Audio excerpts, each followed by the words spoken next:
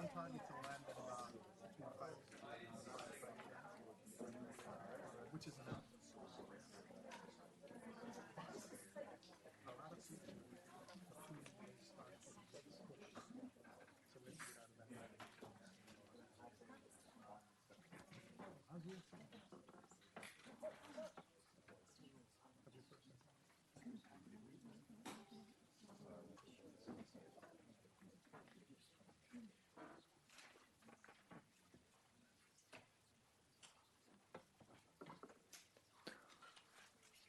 Okay, good evening, everyone. We are reconvening our open session, and I'd like to ask Trustee Prendergast to report out actions taken in closed session. Thank you, Trustee Jamal. On a 7-0 vote, the board voted to delegate a classified dismissal hearing to a hearing officer to render a proposed decision to the board. That's it. Okay, thank you very much. And I'd like to ask Trustee Milchiker to provide the invocation, followed by Trustee Prendergast with the Pledge of Allegiance.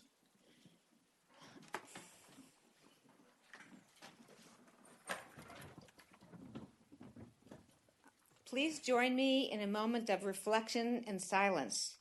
At this inauguration of the academic year, we thank our over 1,500 professors, 43 administrators, and 1,800 classified support staff. They do their jobs with little fanfare, but with devotion, hard work, and elan. We ask for blessings on these people, so devoted to the education, care, and transformation of lives of our over 42,000 students. And change lives our staff does, ensuring that our students transfer so well that our colleges rank #1 in transfer in California, and our students not only excel in academics, but in arts, sports, and in their careers, and in our community. We are so proud. We humbly ask for guidance in our deliberations that will affect so many now and in the future. And let our colleges be a guiding light for our students' dreams. Thank you. Thank you. Please join me in honoring our flag and in some small way honoring the contributions to service of John McCain. I pledge allegiance to the flag of the United States of America and to the republic for which it stands, one nation under God, indivisible, with liberty and justice for all.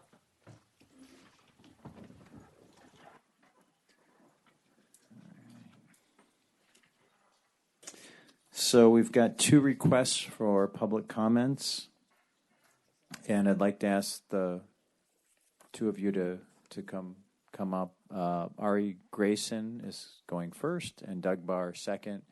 And I ask you, gentlemen, I think you've both spoken before.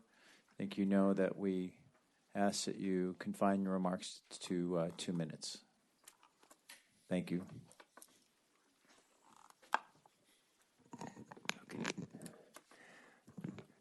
Thank you. I'm Ari Grayson, and I am associate faculty in the Department of ATAS, and I am also co-faculty advisor with Emily Quinlan for the Pre-Law Society.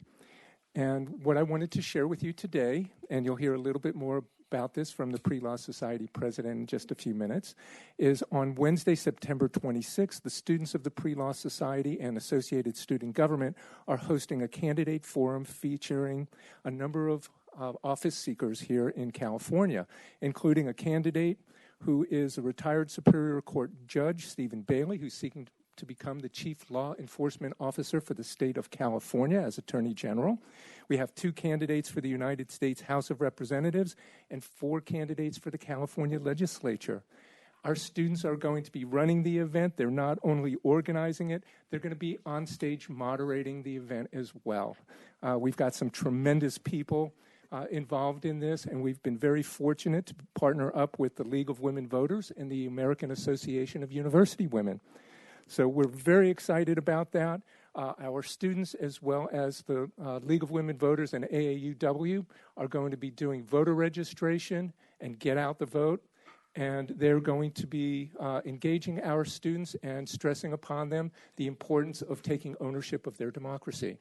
So we are very excited about that. Hopefully we will be able to send out a more formal announcement to everybody in the coming week or so, but it would be a great pleasure to have as many members of our community there as possible.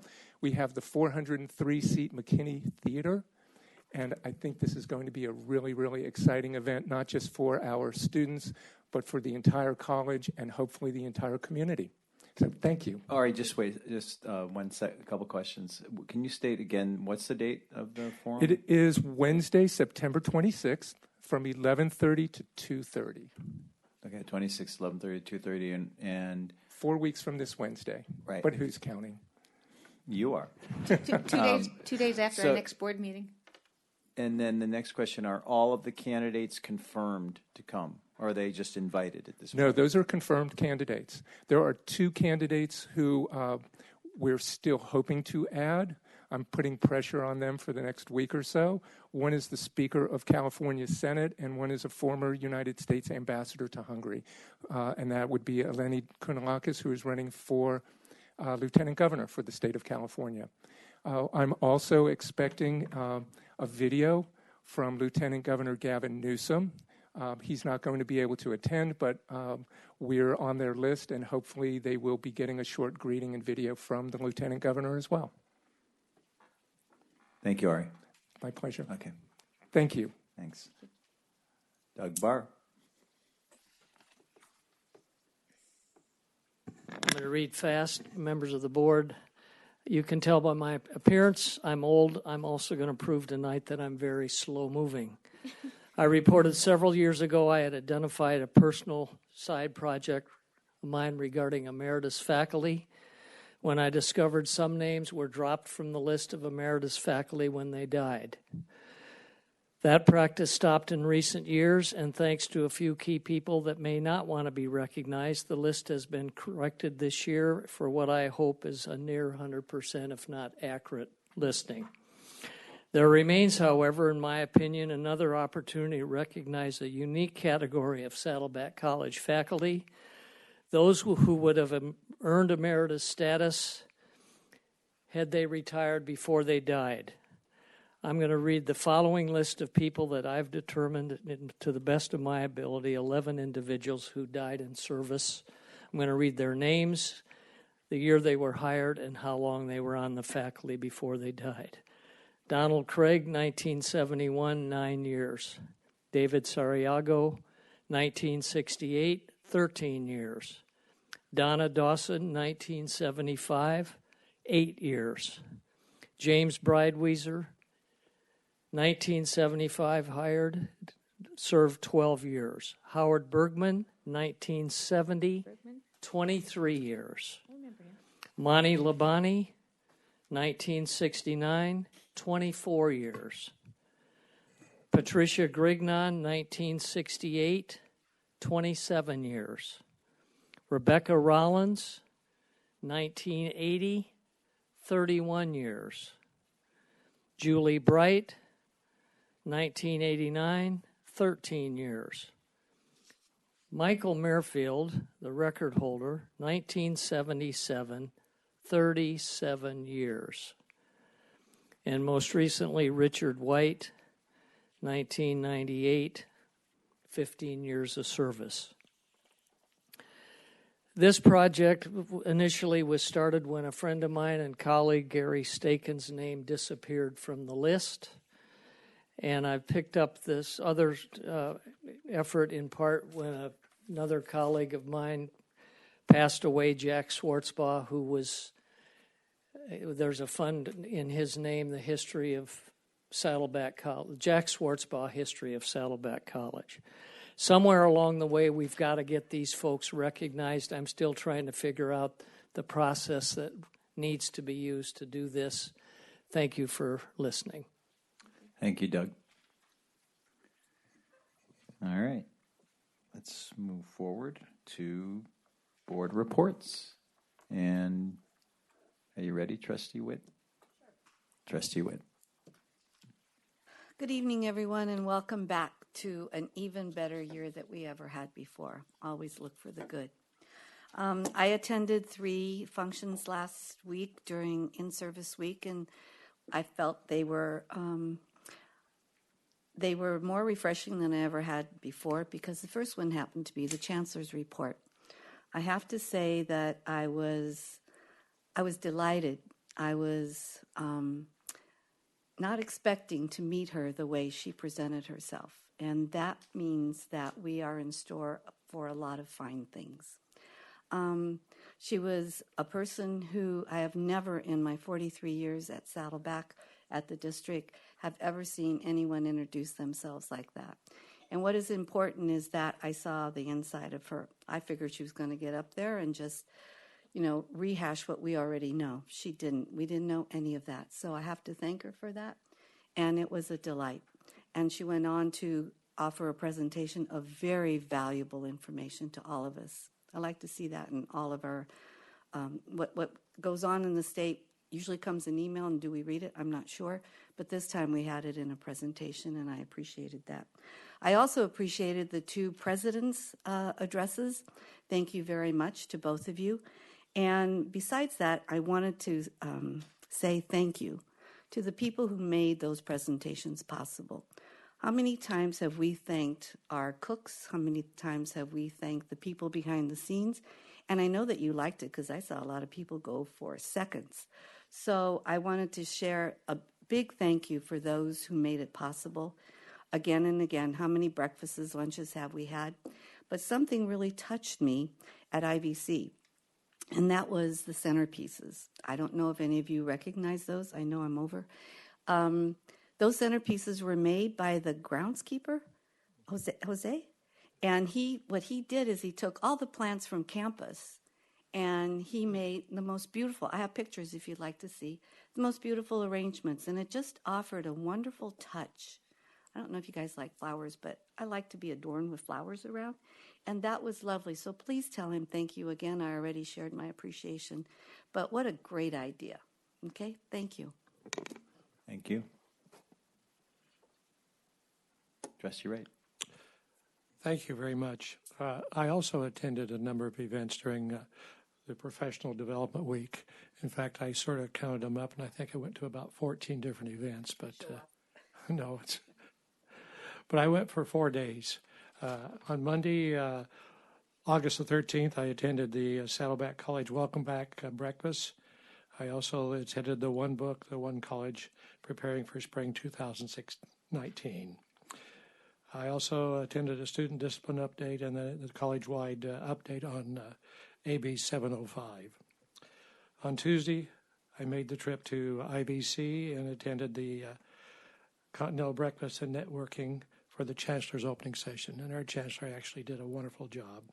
And a number of interesting things were said at this meeting. Following that was the Faculty Association meeting and their luncheon, and that was also well done. The presentations were absolutely superb.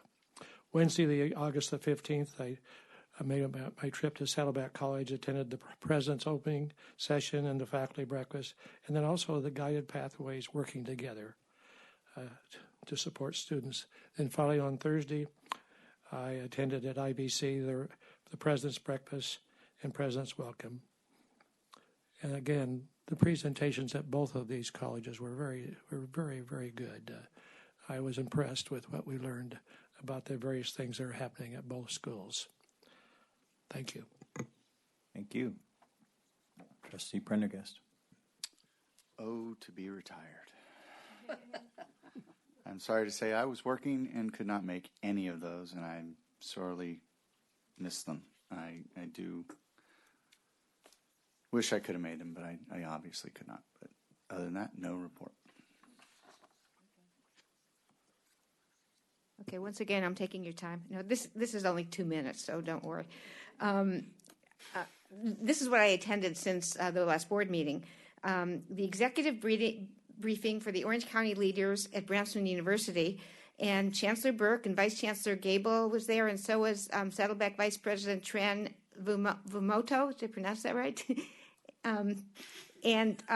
There, I met I met Alex Davis, the Assistant Vice President of Economic and Workforce Development of our regional community colleges.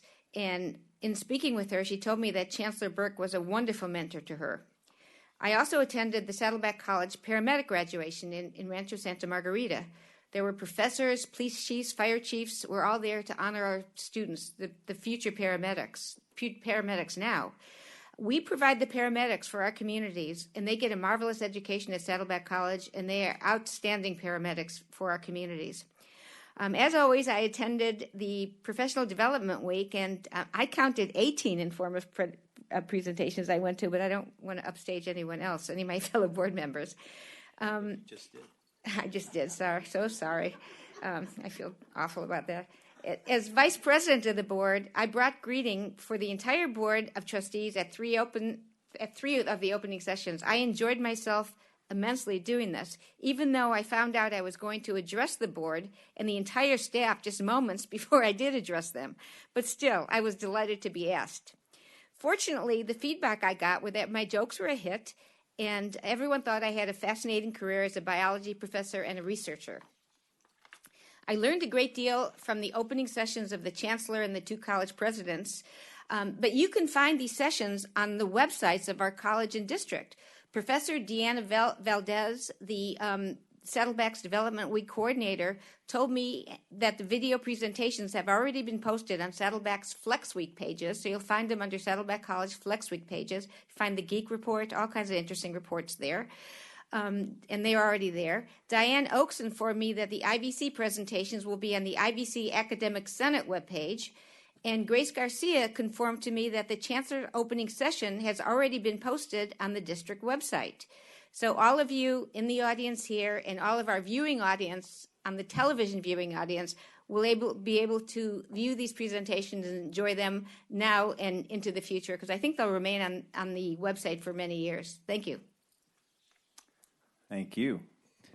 Well, I'm not retired, but I also didn't attend the Professional Development Week sessions. I'm sorry I missed them. It sounds like you did a wonderful job, Chancellor, and the rest of you, and I will take a look at review the video. I was actually traveling in Italy for a few weeks, first time in a long time. I went with my family, my wife and then extended family were there. And it's just a reminder, seeing the Roman culture and history, how we are very similar to them. Thousands of years later, the things they were doing then, we're still doing them now, just in a little different way with more technology. And Trustee Prendergast mentioned John McCain. I think obviously we're all aware of what happened with his passing, and I actually had an opportunity myself to work very closely with him and his staff in the 90s on issues related to democracy and economic reforms in the former Soviet Union.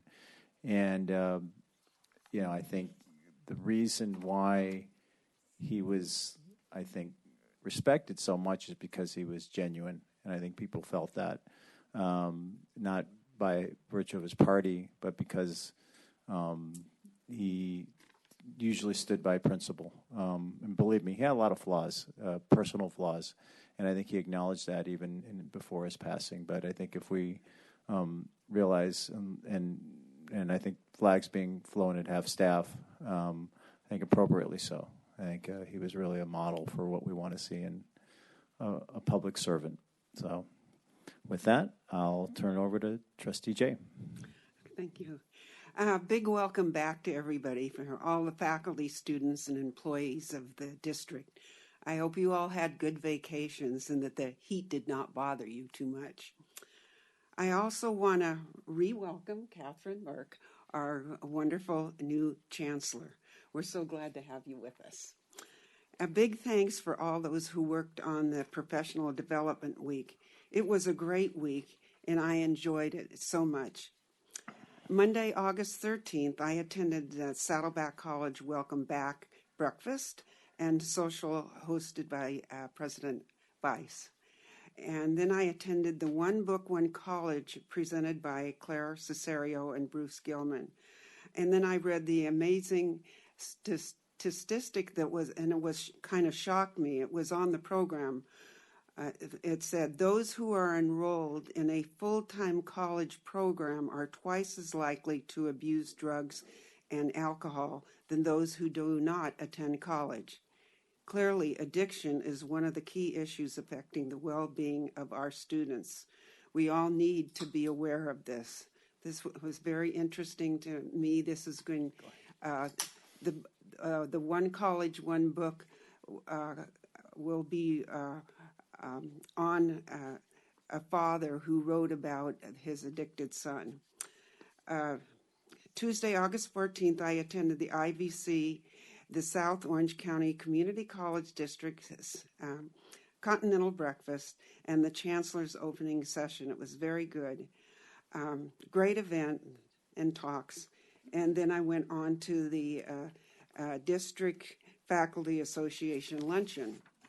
Wednesday, August 15th, I enjoyed Saddleback College's opening session and faculty breakfast. President Bice and Blake Stevens discussed key issues impacting the college in the coming year. I then attended the DSPS Accommodations and Service lecture. This was found very informative and interesting. It is truly amazing what our college does for the disabled and handicapped students. Thank you. Trustee Lang. Yes. Mic on here. As you heard from some of the other trustees, I also was unable to attend any of the opening sessions this year since my wife and I were on vacation in Thailand, where we had an absolutely wonderful time. I do, however, want to extend my personal regards to the entire district and college community with best wishes for fulfilling new academic year. I'm going to echo some of the remarks made by some of my colleagues here now. We've recently felt the loss of a number of distinguished celebrities, including most recently Neil Simon, Aretha Franklin, and others. But the most recent loss of Senator John McCain was especially sad for me. The editorials in today's LA Times struck a real chord with me for the reasons indicated why Senator McCain will be sorely missed. I admired his ability to reach across the legislative aisle to try and reach compromise on those issues that lent themselves to potential resolution. We just don't see enough of that these days. I also admired his ability to recognize in himself those areas where he could have done better and failed to do so, but learned valuable lessons along the way. Also something I think we can all take with us. Thank you. Thank you. Student Trustee Huang. Thank you. The first event I went to was August 10th through 12th, which is the Student Trustee Conference hosted by the League in San Francisco. It was an amazing experience. It was my first time flying alone. There was a number of workshops, including key state and local policy issues, advocacy, accreditation, participatory governance, and fiscal responsibilities. It was a really amazing educational workshop that I'm really proud to go to. At the conference, we also elected the League student board member, Kelly Williams. She's up in the LA County District, and I got to know her a lot during the conference. She's really, really, really bright. She's, I think, 2 years older than me, but she's amazing. She's really, her number one thing is really reaching out to each and every student trustee all across the state and trying to organize like monthly meetings so we can all get to know each other and compare our districts and see where we can improve each other. And I also met Trustee Michelle Jenkins from College of the Canyons up in NorCal, and I believe she's the longest seated trustee in the state. She was amazing. I really, really loved her. She offered herself as, she's really amazing. She offered herself as a mentor to me and to a number of other trustees too, and she was a really great mentor, and I hope to, keep in contact with her. I also attended a number of conferences at Flex Week, the Chancellor's opening session, IVCs, as well as Laser Week, which is taking place during the time.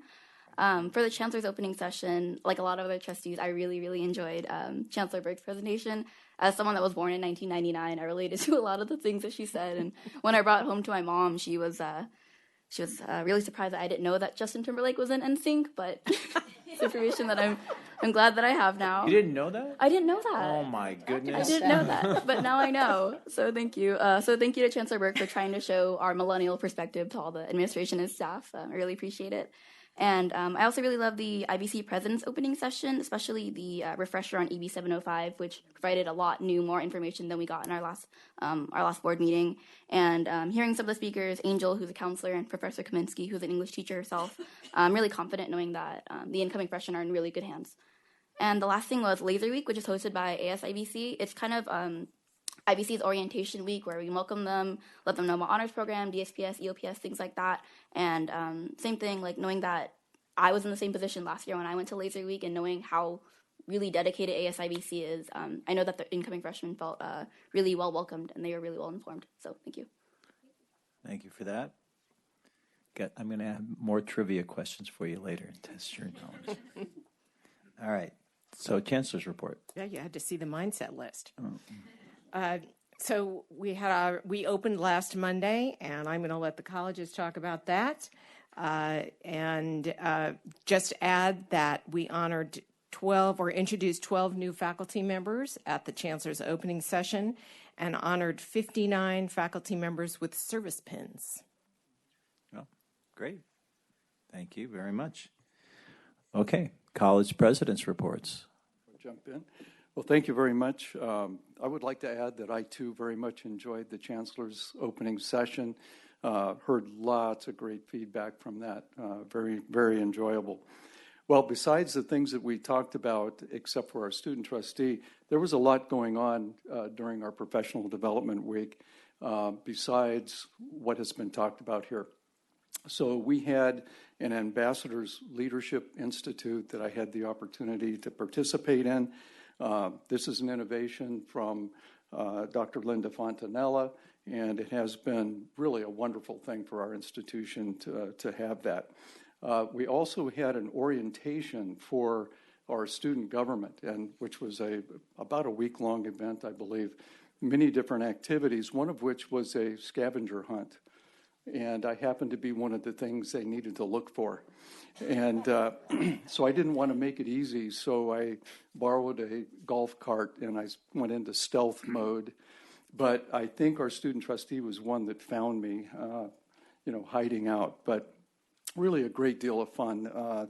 I had students running like sprinters trying to catch me. It was great. We talked about Laser Week. Laser Week is another innovation from Dr. Linda Fontanella. She's going to shoot me for doing this to her. But it was attended by around 800 students. And so these are all first-time freshmen taking advantage of the opportunity to get a leg up on what was going to come ahead for them. And then in the opening session, I was really proud of our faculty and administration for the two presentations, one on guided pathways and the other on AB 705. I thought both of those were absolutely superb and full of lots of information and really talked about where we're headed and the leadership that's being shown in that. So with that, I'll move it on to my colleague, Jim Bice. Thank you. Thank you, Glenn. I won't go through everything that's in the written report, but I would like to add a few pieces to it. First of all, we had a very successful professional development week, and I thank the board members that attended. And I, too, enjoyed the district day at IVC. The Chancellor's presentation I thought was outstanding. Our Promise program launched a meet and greet reception on August 6th. About half the students showed up, around 130. Parents and friends, family were in attendance. There were almost 100 of those folks there, which I think shows that family support has something to do with education, and it was great to see that those students had that kind of support. One book, one college during Professional Development Week. I found it to be a marvelous session, at least the part I sat in, finding out all the different aspects that can be explored in that book. The great grist for a lot of deliberation in classrooms in coming months. I also attended the Adult Education High School Equivalency Scholar Award Program on the 18th. There were 47 students graduating. It was an outstanding day. Again, a lot of family support in attendance, which is, I just love to see that. I'm particularly interested in those students, too, because they're older students by and large. They ranged up to primarily ages 20 to 47, I think. Most of them were in their 30s. They're getting back into education, and that's a big purpose for a community college, is to be that second chance institution for people who find the need for education a little later in life for whatever reason.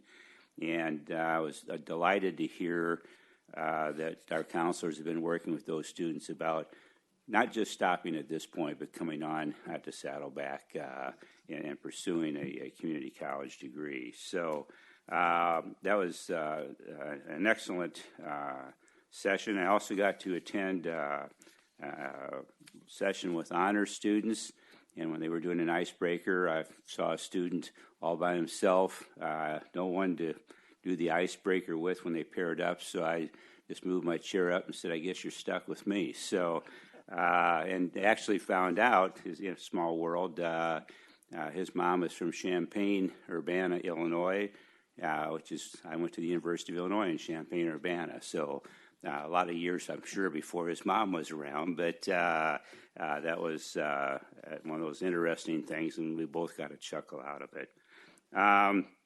Finally, and it's not in our written report because we weren't aware of it at the time, but the Washington Monthly National Rankings indicated that our nursing program is ranked second in the nation. I'll conclude with that one. We did see that. It was great to see. Thank you. Okay, ASG Saddleback College.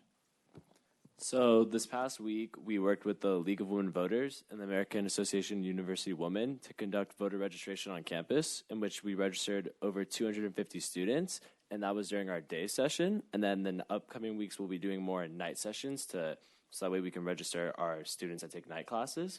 So we did that in our first week. And then, as Ari mentioned in public comments, we're working with the Pre-Law Society for a candidate forum we have on September 26th. And he mentioned some of the candidates attending, and the ones we're waiting to hear back from and that we hope we can get are Mimi Walters, who's the current congressional representative for the 45th District, Diane Harkey, who's running in the 49th District, and from what I've heard, an alumni of Saddleback College, and the U.S. Senate candidate, Kevin DeLeon. So those are candidates we've been in contact with, and we're hoping that they will come to our candidate forum as well. And we are also working, as Ari said, with the League of Women Voters and the American Association of University Women with that. And we plan on having at least 10 booths outside the Fine Arts and McKinney Theater, where we'll have different organizations or candidates passing out literature, and then for students to come and get involved with different organizations. So that's what we did last week, and that's what we've been currently planning. And then we've been working with IVC, and I also talked about this with Evelyn and Matt. And then I've been working with talking with faculty and staff on campus, because we are really on ASG trying to tackle the issues of non-academic barriers that students face. And we strongly believe that the biggest one is lack of affordable housing in the area.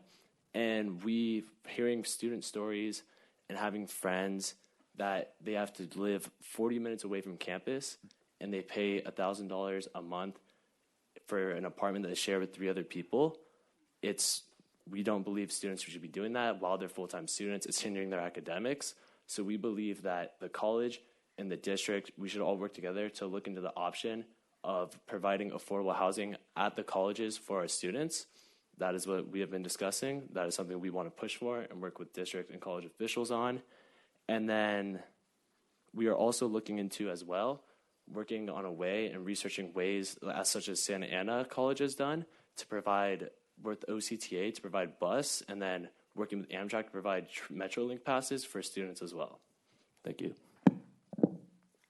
Great. Thanks for that. And keep us updated on the work you're doing, especially on housing. Thanks. Good evening, trustees. The Offices of Equity and Student Life Programs are excited to announce our official opening as of July 23rd in the new Student Activity Center building. This new location gives us an invigorating opportunity to invite more people in to take advantage of the services we have available, as well as to expand our efforts at ASG as well. Also on July 12th, I was able to meet with members of the IBC Faculty Administration to discuss the role of presidency and the interaction of the working relationship with faculty. I was able to meet with President Glenn Rockmore, Vice President of Student Services Linda Fontanella, Vice President for College Administrative Services David Katrian, and the Public Information Department, just to familiarize ourselves more with the expectations of our working relationship. And this past month, as Perry has mentioned, and working with student trustee Evelyn Huang, we've been trying to tackle a pressing issue affecting both campuses now, which is the need for affordable housing amidst financial and food insecurities. And the success of our Food Resource Center has really indicated the need for that and how adamant it is that we tackle the issue. We also have changes in our ASIVC beginning budget balance from departments not using the funds granted to them. We're hoping to introduce more specific guidelines and orientations to the departments receiving funds in order to help some of the ambiguity that occurred in the past year. And we also had the Laser Week, which was a really exciting event. We had nearly double the size of attendees coming, which is great for students to see what opportunities are available for them at IBC. And thank you, trustees. Thank you for that report. Are there any board requests for reports? I don't think so. Okay, moving on. We don't have a discussion item, but we're on to the consent calendar. Do we have any polls? Seeing, I know I had some questions, but I think I got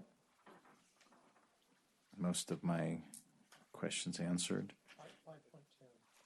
What's that? Okay, that was the one I had some questions on. 5.3.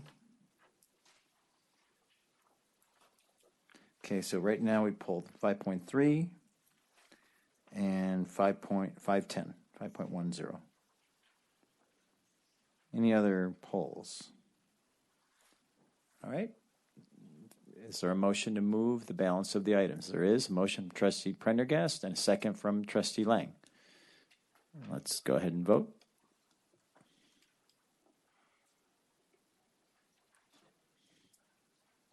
I think someone hasn't voted. There we go.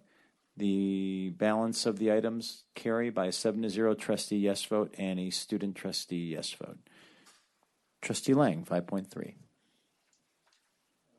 Yes, my question on 5.3, which is going to be similar to a question that I've also got on 6.9, had to do with bids that we were receiving from the same firm involving apparently different team members, and wanted, I guess, to understand that dynamic a little bit more.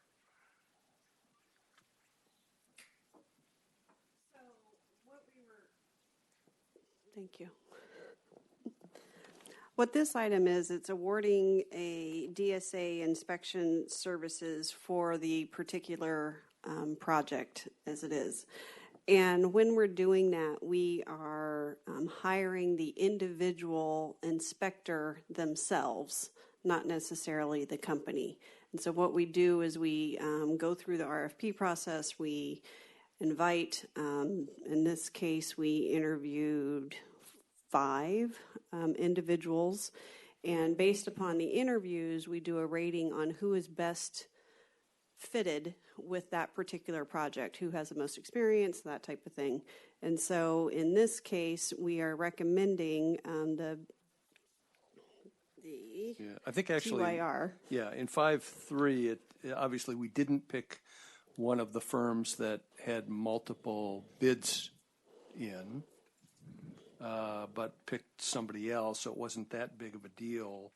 I'm just curious as to whether that's a fairly limited market, which is why we didn't really get a I mean, one would think that we got 5 different bids, but actually we only got bids from 3 different firms. Pardon me.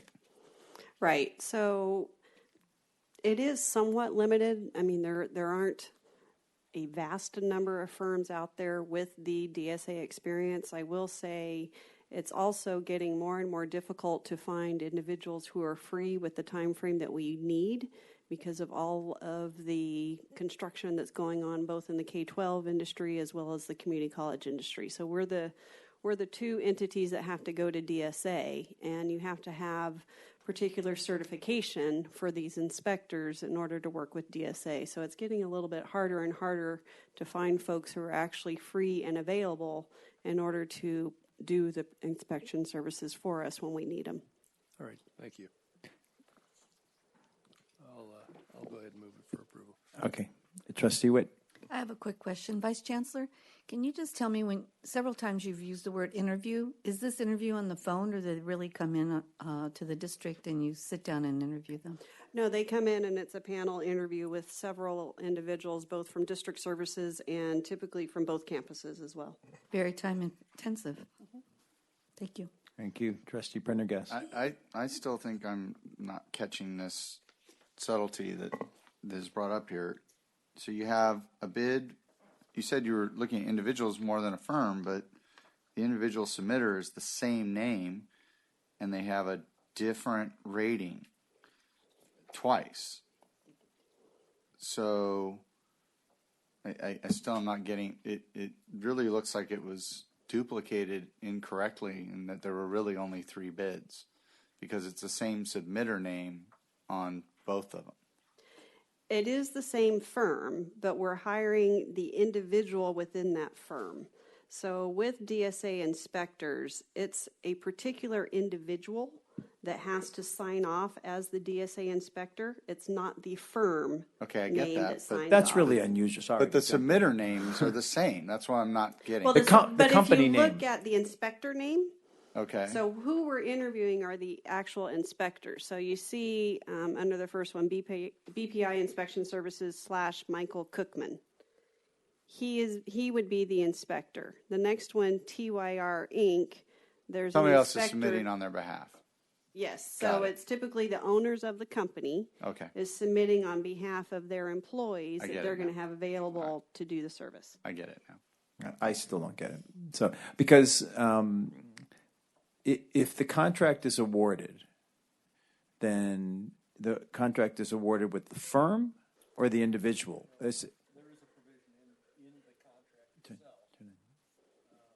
Specifies that we want this guy to do the work. So we're paying like a 1099 to the individual, not the firm? No, the contract is with the firm. We pay the firm. So either way, Individual- the firm was going to win the contract. If it happened to be, in this case, TYR or Noland, if they had won, then it was the company that was going to win the contract. The company wins the contract, but it's the Okay. individual inspector that's named. So the way the DSA works is we have to identify who the individual inspector is. They're the ones that sign off. So if, let's say, Ted Lamoureux were to leave TYR, or something were to happen to him, we would have to fill out paperwork with DSA to get their approval to replace that inspector.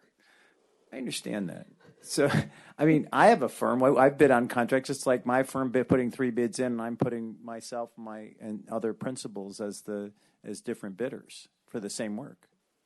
Yes, and if they didn't want you And to do the work, I would be disqualified if we had right. done If it. they didn't want you to do the work, they would hire. You know, they're specifically hiring the guy in your firm I to do the understand. work. Yeah. It's odd. Very odd. Yeah, I didn't pick up on this when I read through it. It's very odd. It is. Okay. Oh, Trustee Witt. Didn't get the lead. All right. So we have a motion from Trustee Lang and a second from Trustee Wright to move 5.3. Let's go ahead and vote.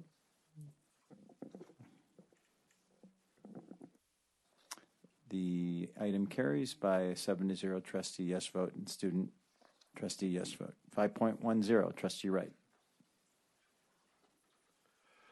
These are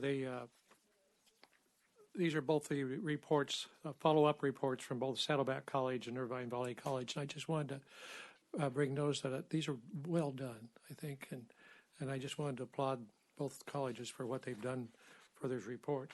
And in fact, I want to also thank the district for they've done a good job in their backload on doing the evaluations.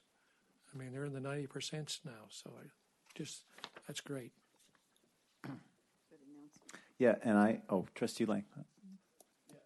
I mean, I also want to just add to Trustee Wright's remarks that it looks like obviously we're making a step in the right direction.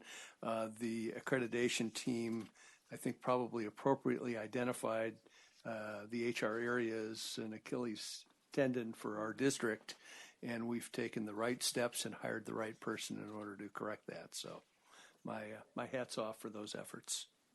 Yeah, and I just want to say I associate myself with both their remarks, and thank you, Chancellor, for providing me some additional information on program review. And I guess I had a question. Maybe I don't know if it's related or not.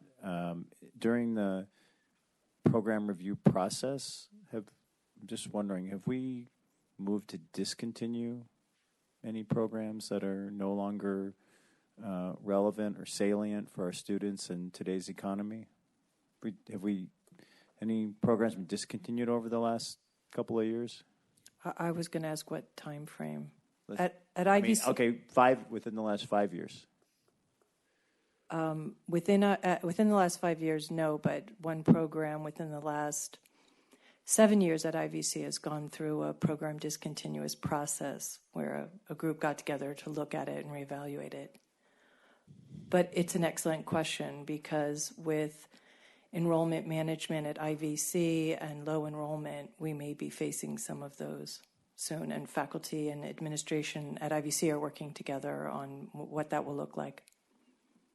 Yeah, I mean, it kind of caught my eye because it was one of the first board report requests that I made when I came on the board was to look at program review and discontinuance. And although my colleagues didn't approve that request, I'm glad to see the program review at least happening. And I would assume there are some programs that need to be looked at for discontinuance. May I add one more thing? Yes.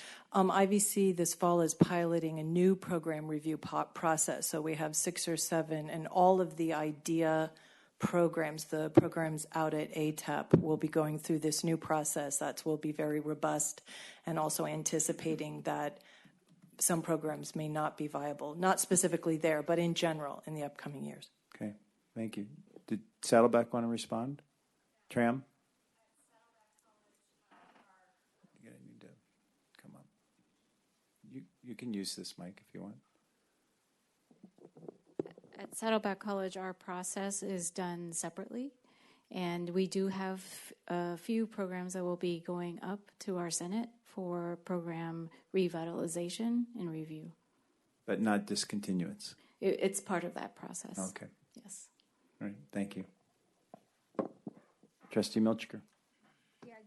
Yeah, I just wanted to say I brought this same issue up with Chancellor Burke because it seems like we have a unique opportunity now that 119 people are retiring to look at our programs and see which are the ones we want to continue and which we don't. So I'm glad both colleges are doing this right now because it's an opportunity that hasn't been here for a long time and won't be coming around for a long time. But if we use the opportunity to look to review and to begin the process of just revitalization and even in some cases discontinuance.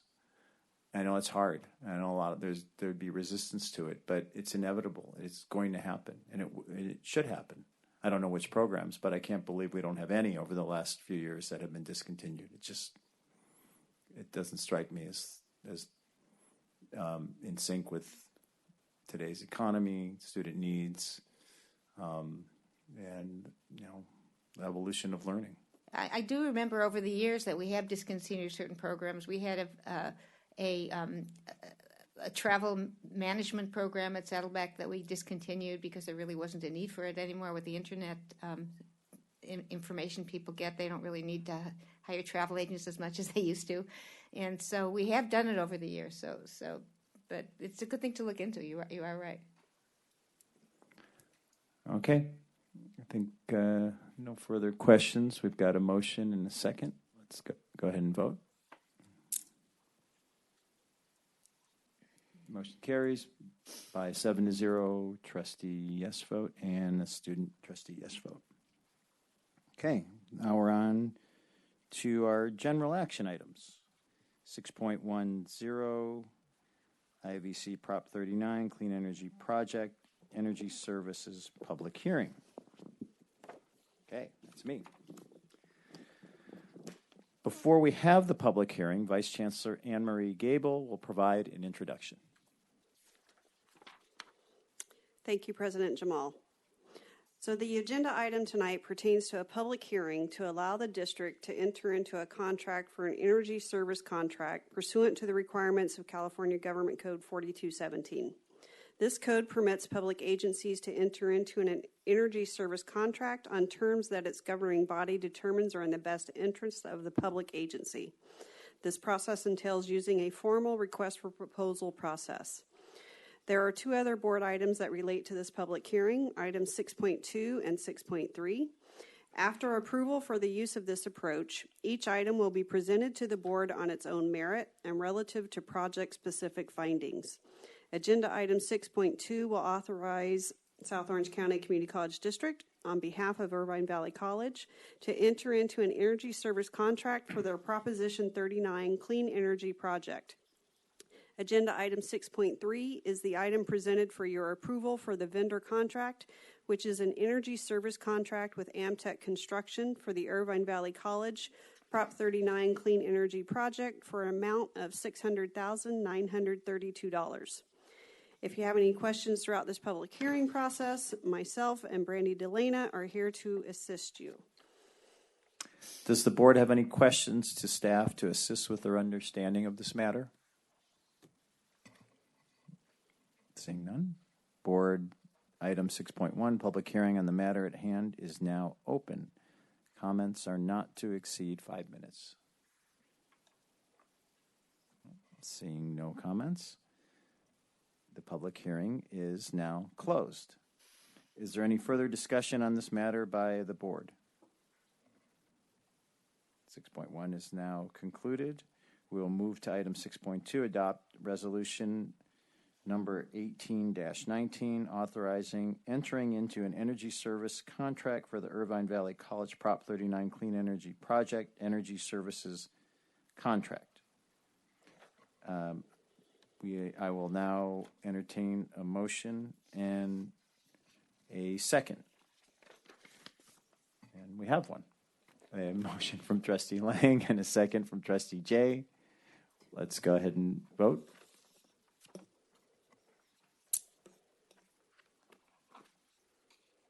Motion carries by a 7-0 trustee yes vote and a student trustee yes vote. Now that the resolution is approved, we may move to the last item for the IVC Energy Services contract.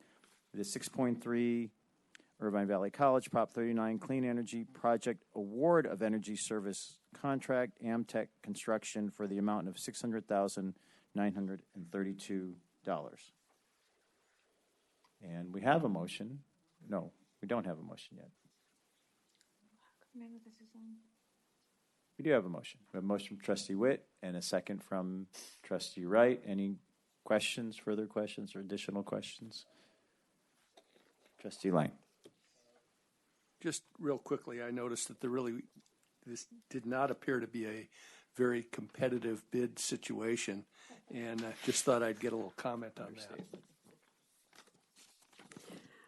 Yes, you're correct. Again, it's getting harder and harder to find contracts with the construction industry heating up and hardening. This is also pretty quick and pretty specific for the LED. So we were looking for a contractor that could both do replacement of LED lighting and then also potentially some HVAC upgrades. And so to try to find a contractor that can do both makes it a little bit more difficult. We do have experience with this contractor, and we have confidence that they will be able to get the job done in the time that we need it.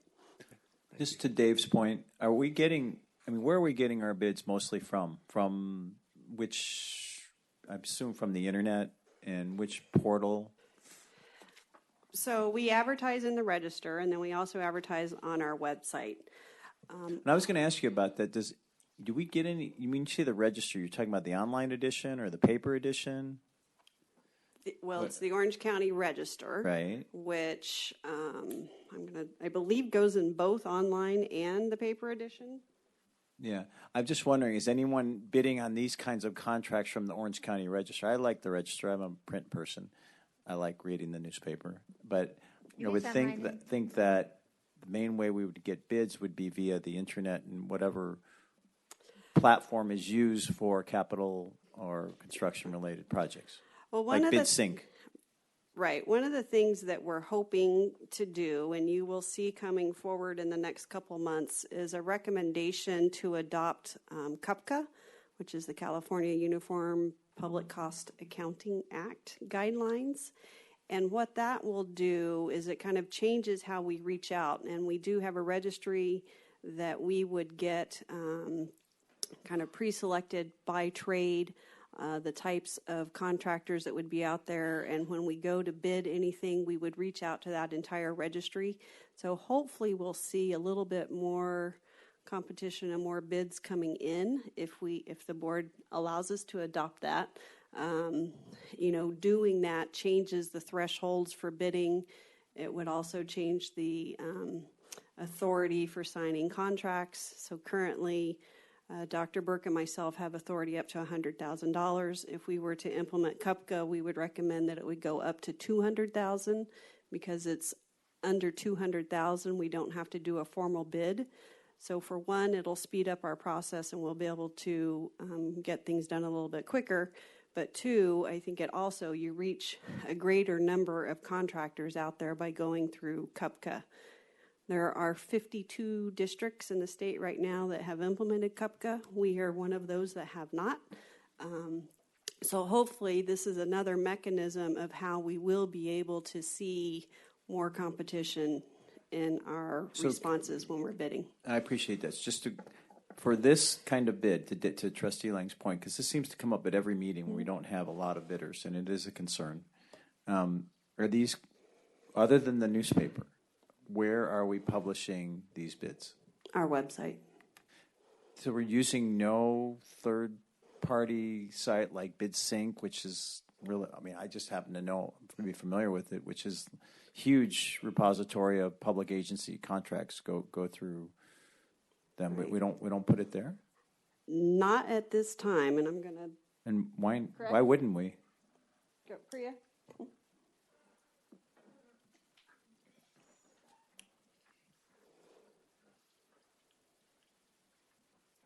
Good evening, trustees. We are looking at adopting BidSync or Planet Bids as part of the CUPCA implementation and rollout. So when we bring the item forward to be adopted, it is our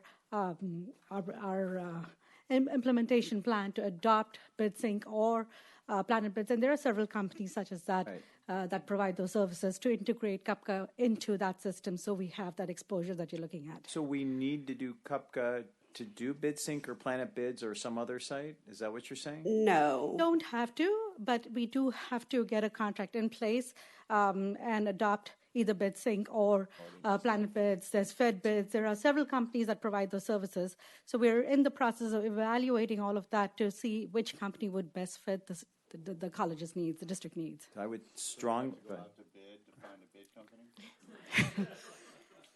Well, I actually think one of our, now 6 years into being on the board, I think this is one of our problems. Our RFPs are not being promoted broadly enough, so in order to get more competition for these bids. The newspaper and our website are not enough. So that's my view on it. So. We will definitely, and we don't disagree. I think that's why with Priya starting recently, those are some of the changes that we're trying to make to improve our processes. So I think this is something that we'll be able to improve, but it's just taking us a little time to get to that point. Okay. All right. Thank you. Okay. Did we vote? No. Okay. Let's go ahead and vote. So they already voted. There is a 6-0 trustee yes vote and a student trustee yes vote. Someone didn't vote. All right. Now we're on to 6.4, which is presentation of the final budget. Oh. Okay. No, but it had said motion Usually passed. it doesn't. Usually it'll hold it until all trustees have voted. Right, absolutely. We're going to revote? Who was the original mover? Terry, you want to second it? Okay, we have motion, trustee Wright, second trustee Witt. Go ahead, voting on 6.3. $600,000. There we go. 7-0 trustee yes vote and a student trustee yes vote. Now we're on to 6.4, which is I think Anne Marie Gable is going to do a presentation on our final budget.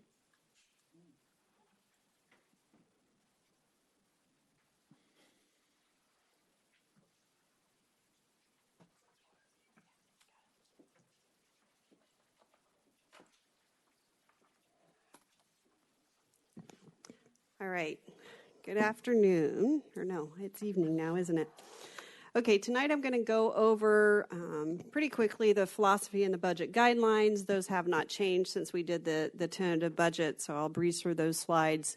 We'll cover the 2017-18 actuals where we ended the year, and then we'll move into the budget with the assumptions and the basic aid allocation and some trends moving forward. So here are the board philosophy on the budget. We need to make wise and prudent choices, promote financial strength and stability, and then try to maximize the educational opportunities for our students. As far as the budget development guidelines, these haven't changed for a number of years. We have our reserve for economic uncertainties, which you will see. We want to focus on making sure that our long-term debt has been covered and that we try to minimize the deficit financing, as well as following our basic aid guidelines that are in board policy, and then looking at our FTES targets. For 17-18, here is the summary. What we've done here with this slide is we've listed every single fund that the district is responsible for. You see there at the top, we've highlighted or bolded the unrestricted general fund.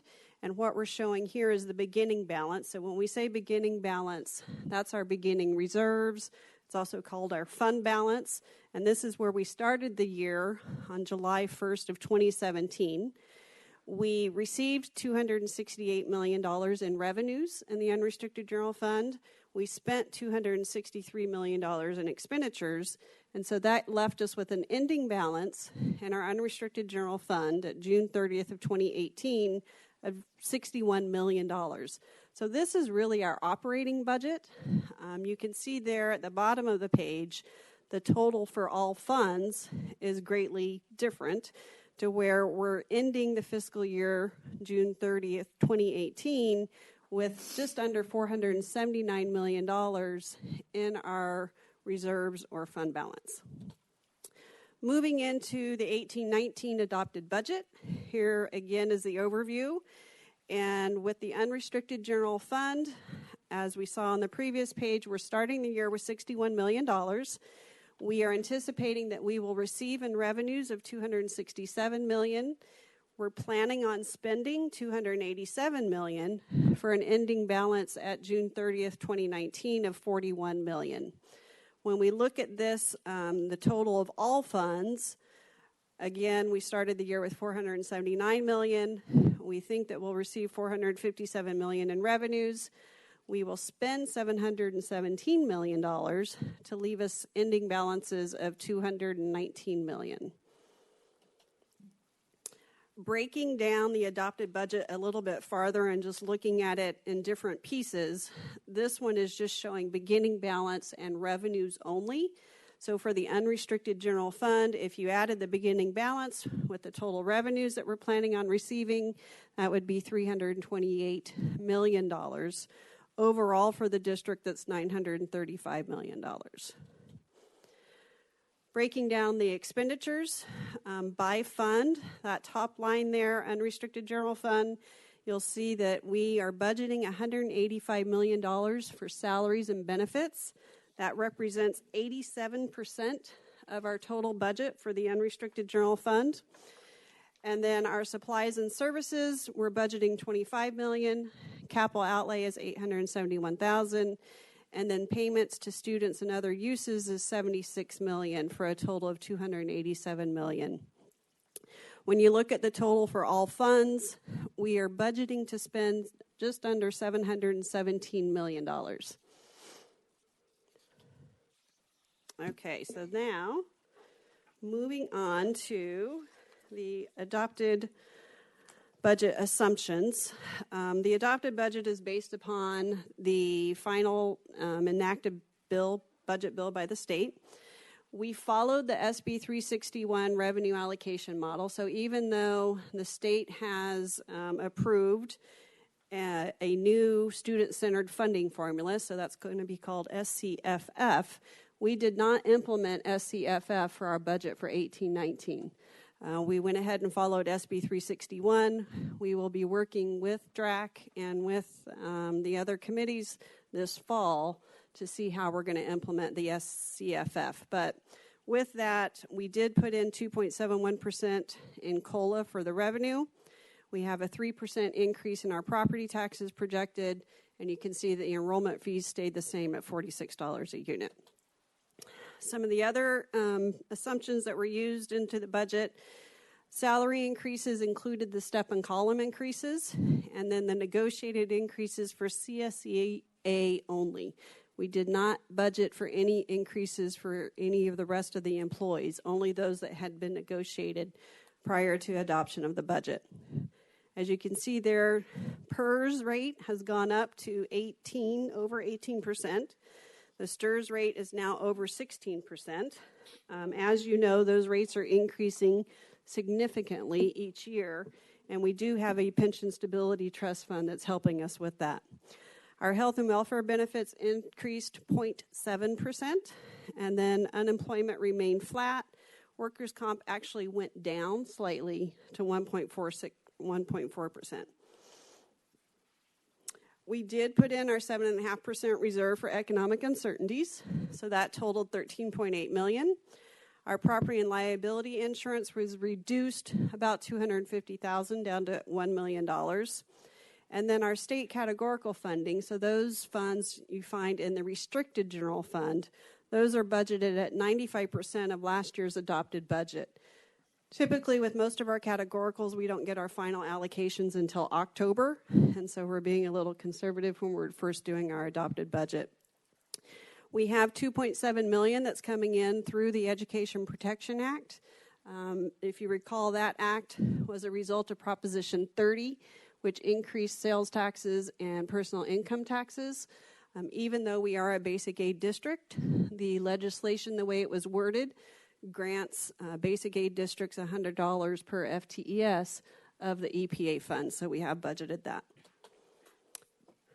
This slide here is just to give the board an idea of how our early retirement incentive program is treating us.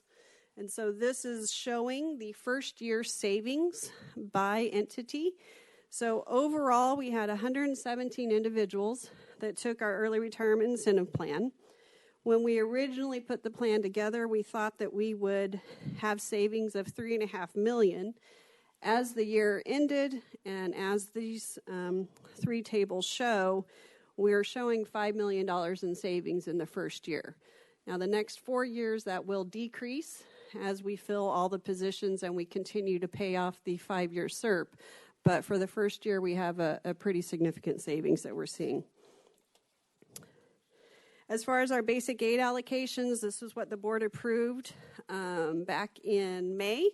And so as you can see there, we did allocate $83 million for our basic aid purposes. On here, what this is showing is a summary of all the funds that have been allocated in the past and what's remaining. So you can see there that we have allocated, including the 83 that we did this year, of an $817 million in basic aid. We've spent $577 million, and so we have a balance of unspent basic aid of $240 million.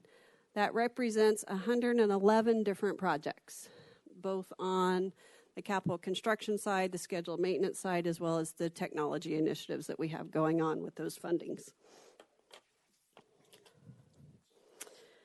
So now moving on to budget trends. As with prior years, we are using one-time funds for ongoing expenses. Our personnel costs remain to be the bulk of our expenditures. Like I said, it's 87%. And the state COLA and growth haven't been enough to cover the increase in our personnel costs over the past several years. Again, as we mentioned, we continue to have increases in our personnel costs related to our health and welfare, our STRS and our PERS, our salaries, the negotiated increases, as well as the step and column movement, and then stipends and other payments. So this chart here kind of shows how the percentage increase in our salaries and benefits is outstripping the percentage increase in our total revenues in the unrestricted general fund. So the way you read this chart is if you look at the first column on the right, so where at the bottom it says fiscal year 17-18, you'll see in a red box from a line 6.52%. That line is representing the change in total revenues from the previous fiscal year, and then the column is representing the percentage increase related to our health and welfare. That's the bottom yellow lines or columns. The blue is the COLA increases that were negotiated and provided. The orange is the step and column cost for all of the various entities, and then the green is the PERS and STRS. So again, looking at 17-18, our costs for personnel, salaries and benefits, increased 10.16%. Our revenues increased 6.52%. So this chart is showing that our salary and benefits is outstripping the increase in our revenues. If you did an average of all 6 years from this chart, it's showing that over the 6-year period, our personnel costs increased 8.65% on average, while the revenues increased 7.08%. So here's another way to look at the budget trends. This is the percentage change in revenues and expenditures. Revenue is blue, expenses are green, and so you can see there that for the most part, the expenses are outstripping the revenues, except in 13-14, really, and 16-17. As far as our FTES, we try to break the FTES down to show you where we are. And the yellow bars are Saddleback College.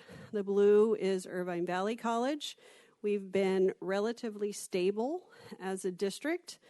You can see there in 18-19, our target is much higher than our actuals. I don't really think that we'll make that target, but we will definitely try.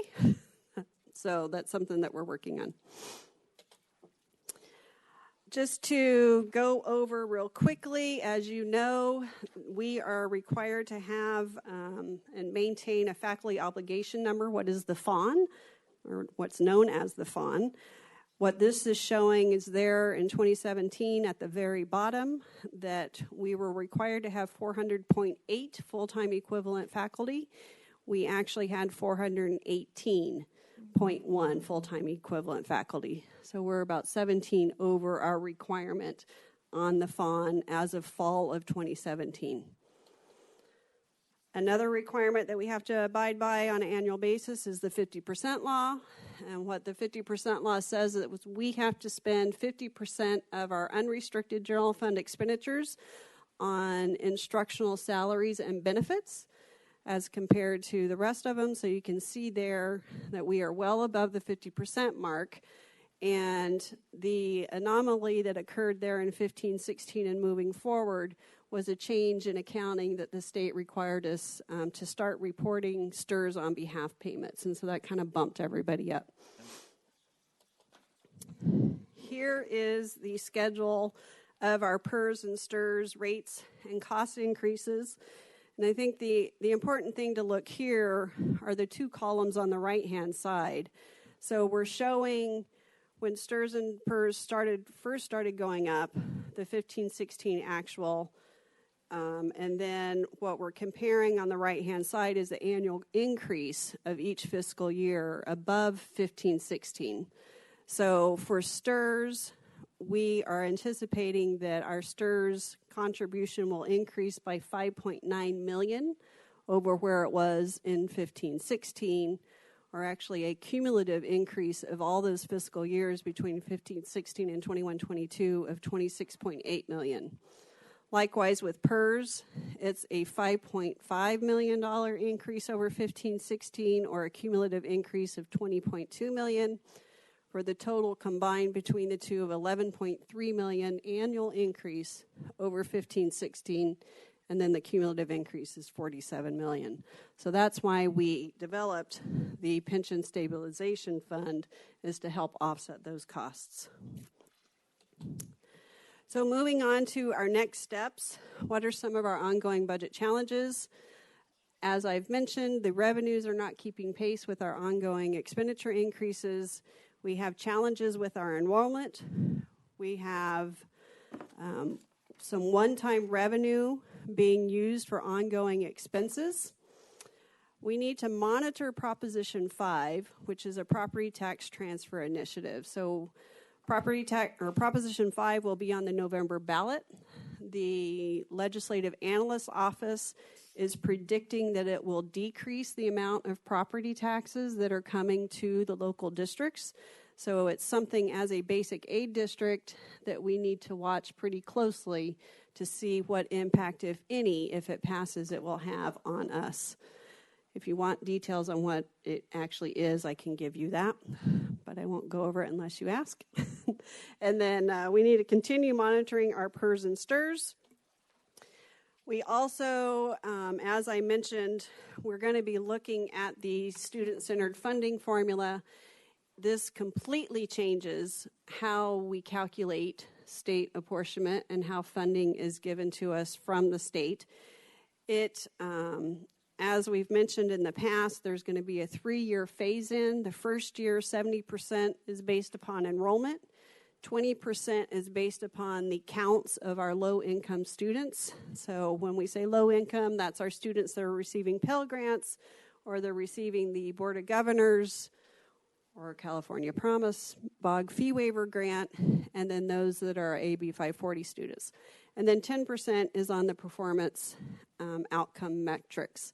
And performance outcome metrics are the number of degrees and certificates that are awarded, the number of students earning a living wage after a year, number of students that are passing English and math, transfer level English and math in their first year, and then there's some CTE, number of students receiving 9 units of CTE or more on that. So this is a complete game changer for everyone. We are still trying to disaggregate the data by college. The information that the state chancellors provided us was on a district level basis, so we're trying to get those files and disaggregate it on a college level so that we can see what impact that has to the DRAC model. There is a 3-year hold harmless that includes COLA, but it's something that we are going to be working on. Here is how it looks at this point in time on a district-wide level. So you see there the 3 pots. So we have the base allocation, which is based on our enrollment. If we were not a basic aid district, this is what funding we would be receiving. So $114 million based upon our FTES and basically the formula that we follow now. $22 million would be coming from the supplemental allocation, so that's our low-income student headcount. And then $18.2 million would be coming from the student success incentive allocation for a total allocation of $154 million. Now, if we look at what we received in 17-18, including the COLA, it would have been $156.8 million. So we would be considered a hold harmless district to the tune of about $2.7 million, which means that the new funding formula would not fund us as high as what we're getting under the old funding formula. So, as you know, another important initiative that we have going forward this fall is kicking off the Strategic Master Plan. All the bids came in today, and we will be awarding the contract or bringing forward a recommendation to the board in October. And then we'll be looking at our Board Policy 3100 to determine if we're going to include the board budget development guidelines within that board policy. And that'll be all part of the discussions that we're having at DRAC and at BARC throughout the fall semester. So I'll open up to questions. Okay. Thank you, Anne-Marie. Thank you. Let's see, I've got to switch screens here. Yeah. So, do we have any questions for Anne-Marie? Yes, we do. Trustee Milchiker. Well, first, I want to really thank Anne-Marie Gables, Vice Chancellor Gables, for meeting with me today. And we went over everything in great detail, and it was really helpful. So I won't re-ask those questions. I didn't ask this. It looks like to you that the new student-centered funding formula really would be detrimental to us in the first flash. I know you didn't disaggregate the data from both colleges, and you haven't done the studies. What is your feeling about that? And also, since we're a basic aid district, will that affect us? The fact that our the funding formula will change, and I realize that it'll be hold harmless for 3 years, so it won't change our funding for 3 years. But do you have a feeling about that? And I have a few other questions too, but I thought in light of a brand new funding formula, it might be a good question to ask. Thank you. Right. So it will impact us because our current board policy says that we will allocate our operating funds using the state funding model. And so that is what we call our DRAC model, our district resource allocation. And so that is going to be an impact to the colleges as well as district services on how much funding is available through the DRAC model using the student-centered funding formula. I think the reason that we are a hold harmless district based upon the calculations is because we are in what's called stabilization on our FTES, and what that means is that we haven't generated the FTES for what we were originally funded for. We had a dip of declining FTES, and so the districts who are in stabilization are the ones who are in a hold harmless situation. I think the advantage, if you're looking at it from the advantage standpoint, is typically under the old formula was if you were in stabilization, you had 1 year to come out of it. With the new student-centered funding formula, there's the hold harmless for 3 years. So I think that's giving districts 2 additional years to come out of the situation and to allow them to learn how to project the formula, project your student success metrics, what changes you can make to help improve those counts, those types of things. Okay, thanks. And I guess I'll just ask a number of questions just quickly. Is that the reason our growth funding is zero, because we haven't had any growth? And then did our workers' compensation go down because of the programs we've implemented to help our employees not get in trouble in their work, in their jobs? And yes and yes. Okay, great, excellent.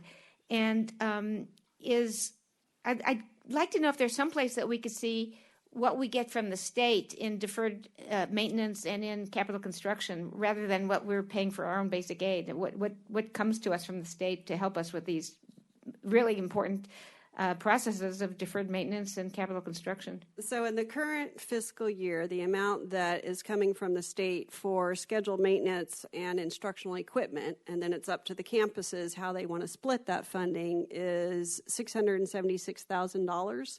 So it's not much. Not much, no. As far as capital outlay, we have not had any capital outlay funds coming to the district in quite some time. We are hoping that we will have 2 projects funded in the 1920 fiscal year. At least the Board of Governors is recommending our Gateway Building project at Saddleback College and our Fine Arts Complex at Irvine Valley College to be funded for capital outlay in 1920. Whether or not it makes it to the final budget, we don't know, but at least the Board of Governors is recommending that those 2 projects would be funded. Great, and at least we're trying to get them funded. That'll help a lot. And why was our property and liability insurance decreased this year? Again, I think it was more of our experience modification and factor, and we had the funding within our property and liability fund, so we didn't need to fund it as high as we have in the past. Thank you. I think it's very clear, and I appreciate it. And a lot of the things we've done have been really right on, so I think we're doing well. Thank you. Thank you. Trustee Lang. Yes, thank you. I have a number of questions as well. My apologies for not giving you a heads up on this beforehand, but I know that you will do a great job in answering. Well, and if not, I have Kim McCord in the room who can help me too. Perfect. In the calculations that you put an example together that was in your presentation that basically showed that we would be a hold harmless district, at least with respect to, I think it was 17-18, to the tune of a little over $2 million, as I recall. Are those our internal calculations that we've made based upon our understanding of the new model, or is that information that we were actually able to get from the state? This is the information that was provided by the state chancellor's office. And so what they did was they took our 16-17 counts and applied it. So this is what they put in what they call the advanced apportionment that came out in July. They will be revising these amounts in January, February timeframe once our 17-18 counts come through. Those are all due to be reported in October.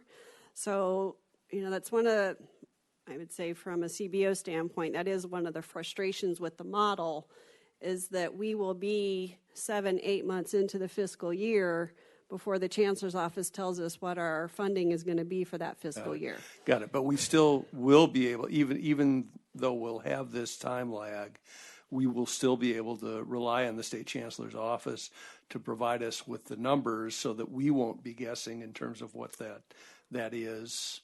Right. In terms of being able to allocate to the colleges. I guess the challenge will be, because of the time lag, how do we establish those college budgets based upon this revised funding formula? Right. Well, one of the things, I think one of the things that I was fortunate that I am the ACBO president for the state, so that's the Association of Chief Business Officials. Since I am the president of that, and then I was on the work group for the new funding formula, we were given the opportunity to try to recreate all of the data metrics that the state was using. And so I worked with Denise Enciong and her team, and I was able to recreate the amounts that the state, that you see here up on the slide, that the state produced. I got within $40,000. So I thought that was pretty good, getting that close. Part of the difficulty with the way the state is calculating it is they are going back since the inception of the MIS database back in 1991, and they are looking at students to see if a student ever received a Pell or a BOG fee waiver. Wow. And if they ever received that, then you're getting that bump in the fiscal year that they're attending your classes. So what that means is that the state chancellor's office is going to have to open up all of their MIS runs to all the researchers throughout the state so that they can then start matching their students to the MIS files that the state ran. Like I said, we were kind of fortunate that they opened up the files for us so that Denise and her team could do that match at this point in time. So I feel pretty confident that we will be able to tie in the numbers in the future. And then once we can do that, then we can also project, because we can go back in time and we can say, okay, well, what has been our change on those student success metrics? And then we can kind of use that as a forecasting model to go forward. Okay, excellent. I appreciated you mentioning in your remarks the difference between the actual savings that we achieved from our early retirement incentive versus what we had originally projected. And there was a shortfall. Do we know what all the reasons for that shortfall No, it was were? opposite. We had originally anticipated that we would save $3.5 million in the first year. We actually saved $5 million in the first year. Oh, I thought the number was 2.8 or something like. No, it was. Oh, okay. Yeah. Okay, so the savings was greater. The savings was greater, and it was primarily because we were slower in filling some of the positions, the vacant positions that we had. Okay, I was going to ask the reason either way, but okay, appreciate that. You mentioned on one of the slides, and we've had this discussion before, about the fact that we are sort of violating our own basic aid policy, in terms of, using it for college level expenses. But I don't recall, and I've been on the board for quite some time, where the board has unilaterally made a decision to spend basic aid dollars that wasn't recommended by administration. And so I think the thing that I would ask is that if you are asking us to do that, that is, i.e. violate, our basic aid policy in using those funds, that you inform the board at the time and make certain that it's clear that it's your recommendation and not action on the part of this board. I think that's fair. I'm not sure I'm understanding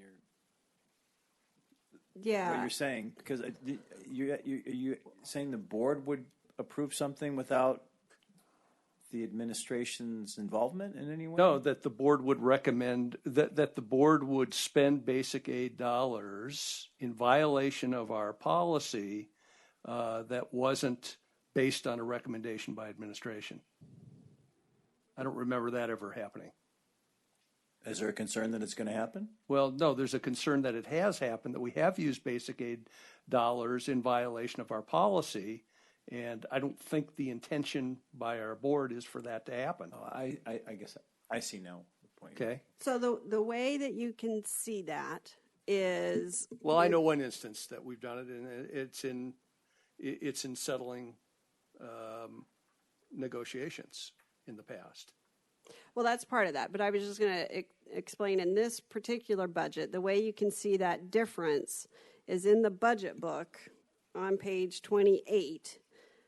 The SB 361 revenue that we've budgeted is $160.8 million. But if you recall from the previous slide where we were talking about the student-centered funding formula, if we were following the state model, we would only be budgeting $156.8 million. Okay.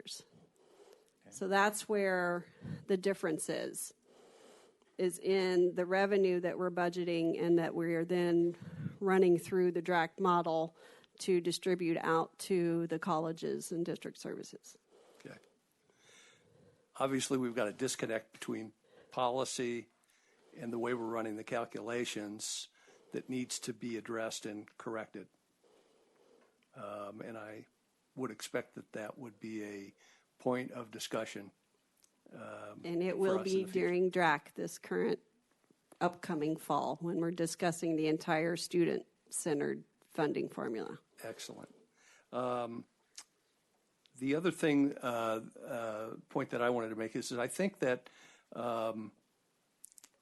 correct me if I'm wrong, but there are a number of projects that we have allocated basic aid to that will probably wind up being considerably more expensive than what we've, the dollars that we've allocated. And are we looking at that on a regular basis?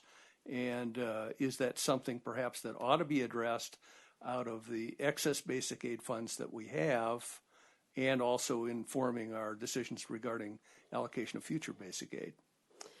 It is something that we look at when we're developing the budgets for a construction project. And so we are trying to project out the midpoint of construction and adding some escalation factors in there. We also add contingency budgets in there when we're developing that. So I think... But I don't recall additional basic aid dollars necessarily having followed that in all cases. Right, but it's when we're developing the budgets for each of the various projects. And so we're trying to develop those budgets so that they're large enough to where we don't have to come back and make an additional allocation from basic aid. For the most part, I think historically we've actually been able to return money back into the basic aid allocation for reallocation in the next fiscal year once the projects are done. All right, so that is something that you feel that the district is on top of? Yes. Okay. And then finally, I for one, would like to receive more information regarding Prop 5 and what that means for us. And I'm sure some of the other board members would feel likewise, not necessarily now, but, Okay, you want me to give a quick synopsis or you want information later? Sure. How about Reader's Digest version? Okay, so Reader's Digest version is changing the property tax threshold and bases that homeowners pay. So if you are an individual 55 years or older and you were to purchase a new home, typically the tax base would be the purchase price of your new home. Proposition 5 is saying if you sell your existing home, let's say for $600,000, you purchase your new home for $750,000, and the tax base on your existing home is $200,000, rather than paying a tax base of $750,000 of your purchase price, you take the $200,000 that's your current tax base plus the $150,000, because that's the difference between your purchase price and your sales price, and your tax base would now be $350,000 rather than $750,000. So it's saving property taxes for individuals 55 and older. It also works throughout the entire state rather than just within, so you can cross counties and do this. So there's the Reader's Digest. Okay, thank you. Is that it? Mm-hmm. All right. Trustee Witt. Yes, Vice Chancellor. Can you tell me the SB 361, the 361 formula, how long have we been using that in community colleges? That came into effect in fiscal year 06-07.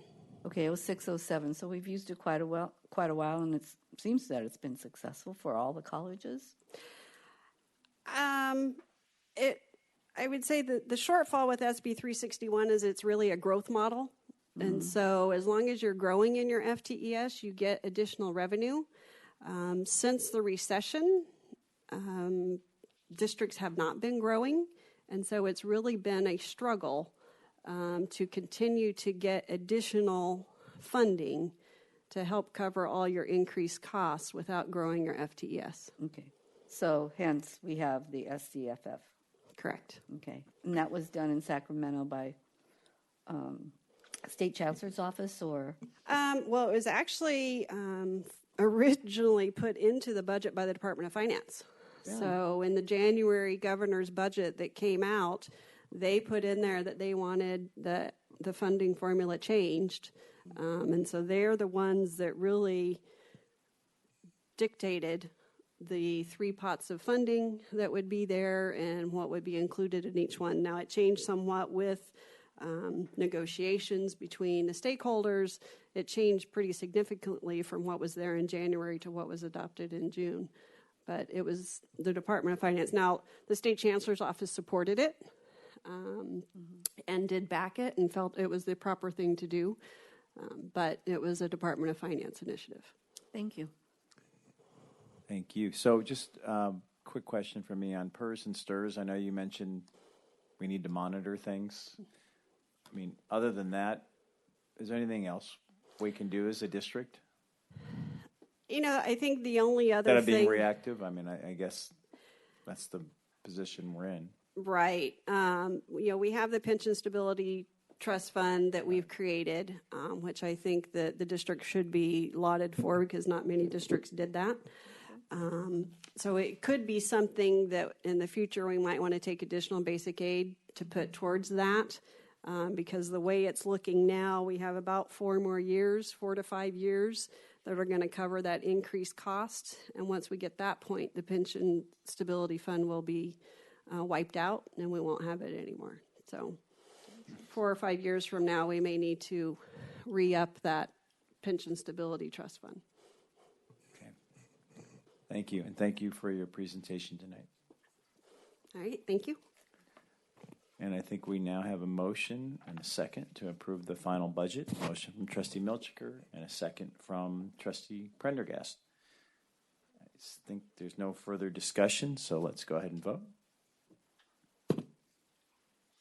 The final budget is approved by a 7-0 trustee yes vote and a student trustee yes vote. Thanks again. All right, now we're on to another budget item, ASG student government budgets for fiscal years 2018 to 2019. Are we also having a presentation? I think so. Yeah. Please.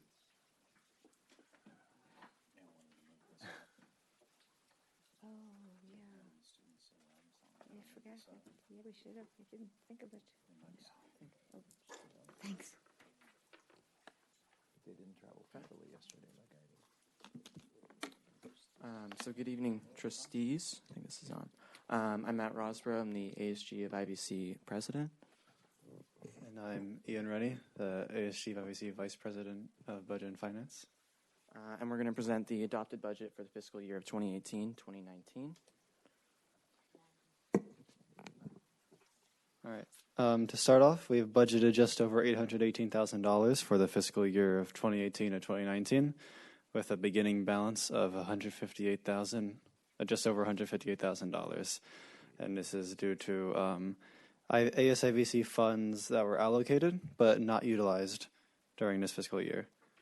We are projected at around $120,000 in ASIVC sticker sales. ASIVC stickers have been renamed to ASIVC Access.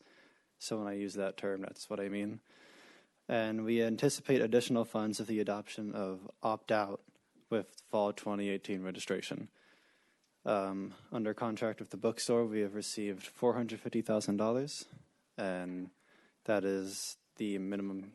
We also...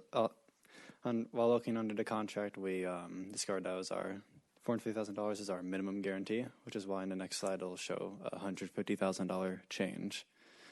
And also under contract with the cafeteria, we have received $90,000 for this fiscal year.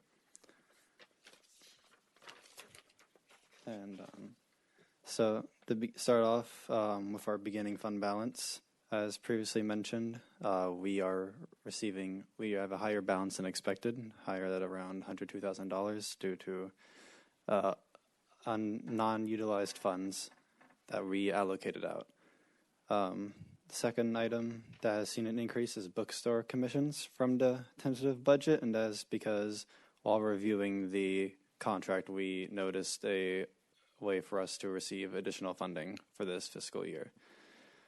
And for the last section, the change from adopted to from a tentative to adoptive, we saw a large increase in most of our funding due to the increase in our own funding from both the bookstore contract and sticker sales.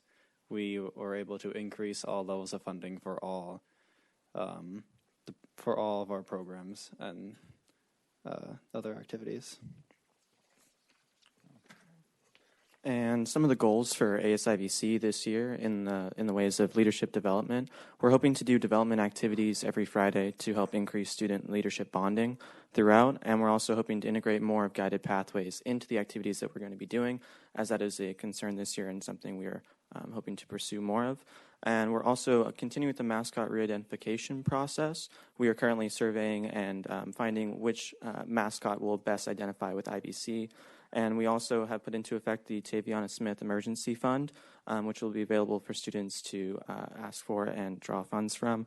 And the ways of facilities and technology, we also, as mentioned in the report, have moved over to the Student Activity Center, which provides us with a myriad of opportunities to help with bringing students in to use our services such as the computer lab, the reflection room, and the outdoor space.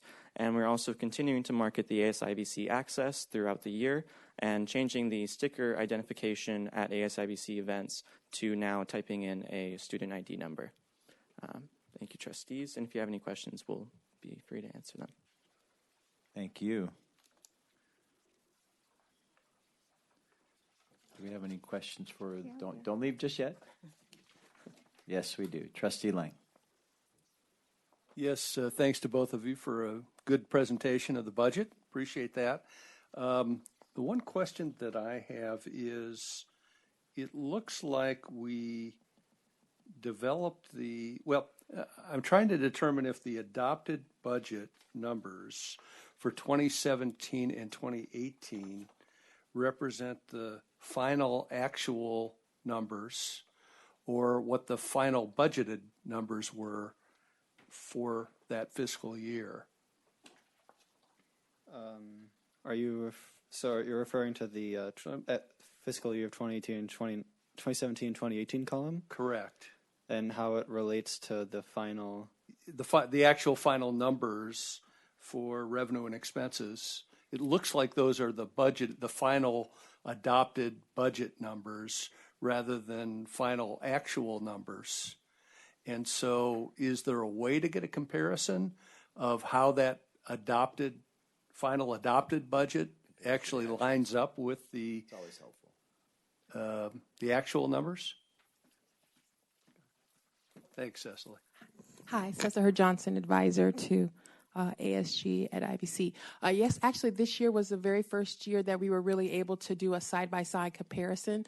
And so for within the ASG as a group, that's something that they studied as a part of their training this year of what were the actual expenditures associated with each of the different departments who received funding. So they were able to see how much people didn't spend, how many spent exactly that. And so just as a part of this process, it wasn't expected for them to present that information to you all, but they actually have that information this year and have been, is what Matt referenced this at the beginning of his report of starting to look at that process of, okay, why is it that you keep asking for money if you're not going to spend it, that we find ourselves in this situation of having so much money not expended. Okay, but I think it would be helpful for when you're making the presentation to our group for us to be able to look at actual versus budgeted. You can just add that column. I will absolutely do that, yes. Thank you. Yes, thank you. Thank you. Okay. That's all. Okay. Thanks, Dave. Trustee Prendergast.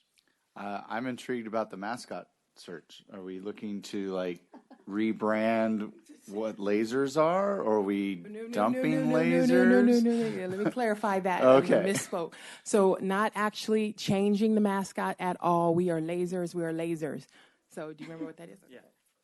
So we're probably most likely going to have either an animal or some familiar kind of mascot, and then it'll be named like laser or something like that. I see. Along those lines. You had me. I was intrigued. Yeah, sorry for the confusion. Notice how whenever the issue of rebranding comes up here in the district, people get a little out of whack. All right. Trustee Milchiker. Yeah, just two real simple questions. First, thanks for staying so long, and thanks for presenting an excellent budget. When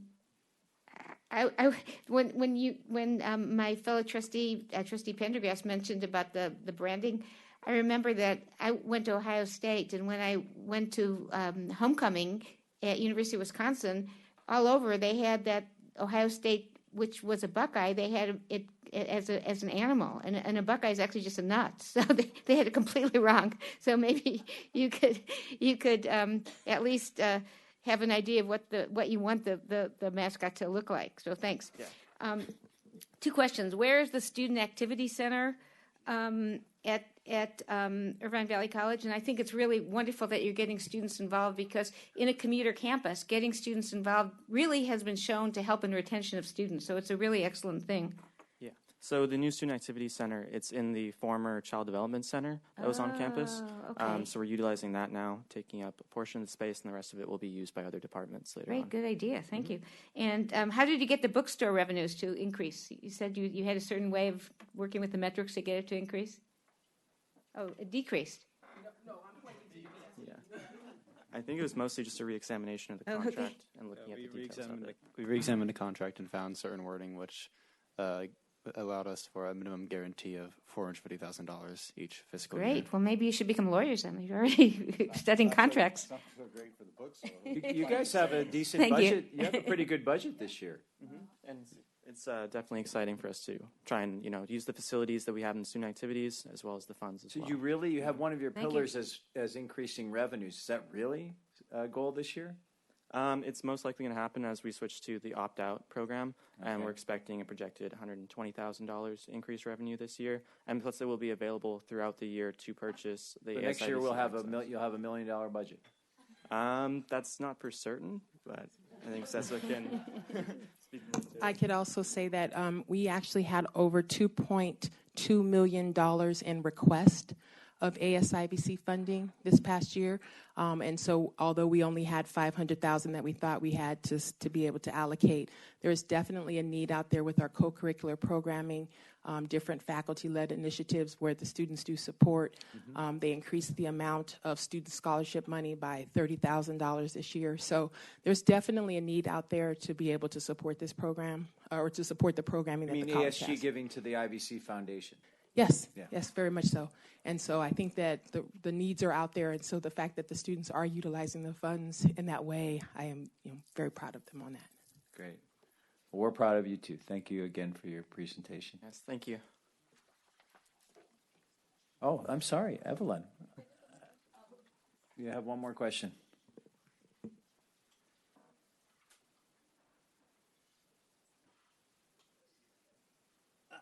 Okay, thank you. Just one more question. Matt, you had a really great presentation. You guys mentioned earlier about how one of your initiatives is to implement guided pathways into student government activities, and that sounds really amazing, and I'd just love to hear a little bit more about that.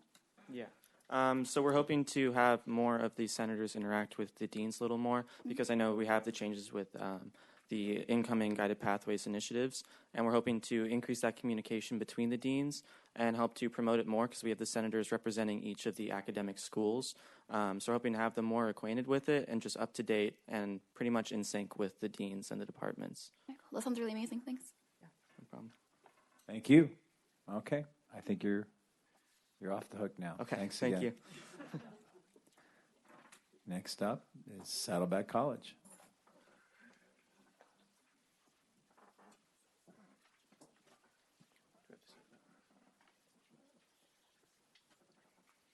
Hi, Board of Trustees.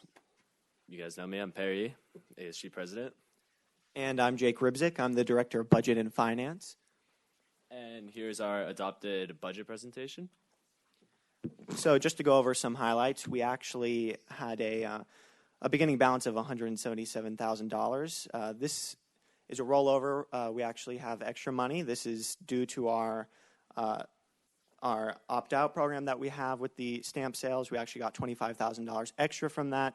We had an ASG position that was actually open last year, and student development did not use all of their money.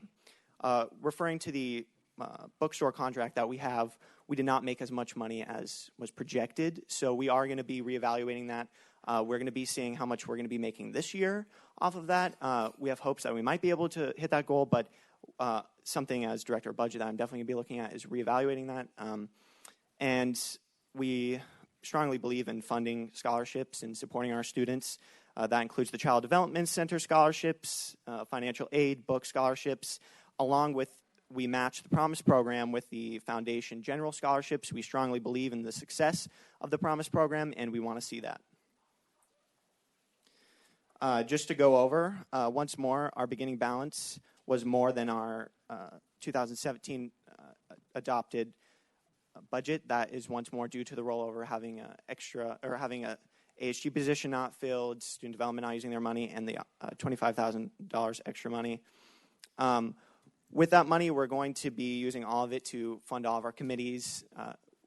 All of our committees got the money that they wanted, and with our special topic grants, we are going to be definitely expanding the amount of money that we're going to be spending. Something that we saw and something that I'm going to be focusing on is making sure that we're going back to these people that we're giving money to, and we're making sure that they're spending it, and we're going to be making sure that when they're asking for the money that they're going to be giving us the exact amounts that they need and how it's going to be benefiting the students. That's not something that we've been focusing on, but that's something that I think we need to focus on. We need to, make sure everyone's using the money that they're getting and that they're not requesting extra money. It's not something that we're interested in looking at. So yeah, to jump on that, last year our ASG, the budget committee restructured how they divisions because they request money. So they made like a new form so that way like divisions, because the money would be sent to divisions for projects, and then there was no checkup on what was being like the money, if it was being spent on projects that were like still happening this year, how many students were going to it. So they created a new process in which like divisions will then request money, and then there'll be a checkup with that. So that's what he's referring to, like seeing where the money's going, if it's still going to programs that are still intacted and still being used each year. So that's what he's referring to with that. And then for our ASG goals for this year, so last year we developed, I think Erica, she mentioned it in her reports to the board, but we developed our Sustainability Council. And then through that, we developed a campus-wide committee for sustainability. So ASG's goals, we want to create a culture at Saddleback of sustainability, much like colleges, most notably Santa Monica College has there, and other community colleges where it is ingrained in their culture, where like you'll go around, everyone there knows how to recycle, everyone there knows they have composting programs, community gardens, and like it's like ingrained in the culture of the campus. So that is one of our goals, to do that. And then with that, through the campus-wide committee, we want to include exploring for solar options, and then also looking forward to making a plastic-free campus, because we have members on our ASG, and then we've seen what, for example, the Capistrano Unified School District, they recently have started to go plastic-free, and they're working with this water bottle company known as Just Water to then stop selling plastic bottles on campus, instead use renewable, like it's a renewable water bottle company. So we're exploring options and looking into that. And then we also really, after going to a couple of civic engagement summits last year, we're really devoted to getting our campus more civically engaged, and we believe that that is something that is crucial for students to be civically aware. It is their civic responsibility, and we have taken that on as ASG to do such stuff such as our candidate forum, hosting more speaker series here on campus, getting students registered to vote, giving them and teaching them the resources that they have to get involved in the political process and be doing their civic duties. And then we also want to, as I mentioned in my board report earlier, that we want to tackle these non-academic barriers. So with that, we want to assist with food insecurity programs, working with the student health, and then LRC campus pantries. We want to research options and work with district and college officials for affordable housing. As I mentioned in my board report, I think is the #1 issue facing students at Saddleback and students that are housing insecurities.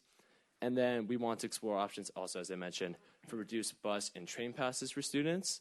And then we want to continue working with campus health, campus police, and other entities on campus for educational programs, such as last year we had a mental health awareness series and then sexual assault awareness series, and continue to do stuff like that so that way our students can be informed on the different programs we have on campus to help them through these times. So that's our presentation. If you have any questions. Thank you for that. That was excellent. Yes, Trustee Lang. Okay, yes, again, excellent presentation, guys. Appreciate all the information. I would just add the same, comment that I had previously about looking at 2017-18 final versus adopted. It might help explain the large change in revenue in going from 2018-19 tentative to adopted, which I'm assuming is the excess cash that was left over from 17-18. I think that's footnoted in here as well. Yeah, I would just say we definitely want to follow up and make sure to see what the actual spent money is.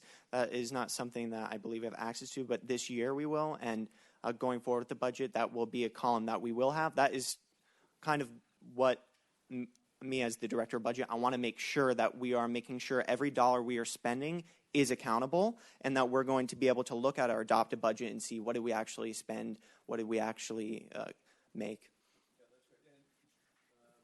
I also appreciate your comments about looking at how the funds that you actually are planning on spending will benefit students. Obviously, I think that's the critical thing, and I think you've got your priorities in the right place. Thank you. Thank you, Trustee Lang. Trustee Milchiker. Okay, I also thought it was excellent, and I like your enthusiasm as well. All the students seem very enthusiastic about what they're doing, and that's wonderful. You're doing a wonderful job. I like the fact that you're having a culture of sustainability so that the students really understand that this is our environment and let's keep it.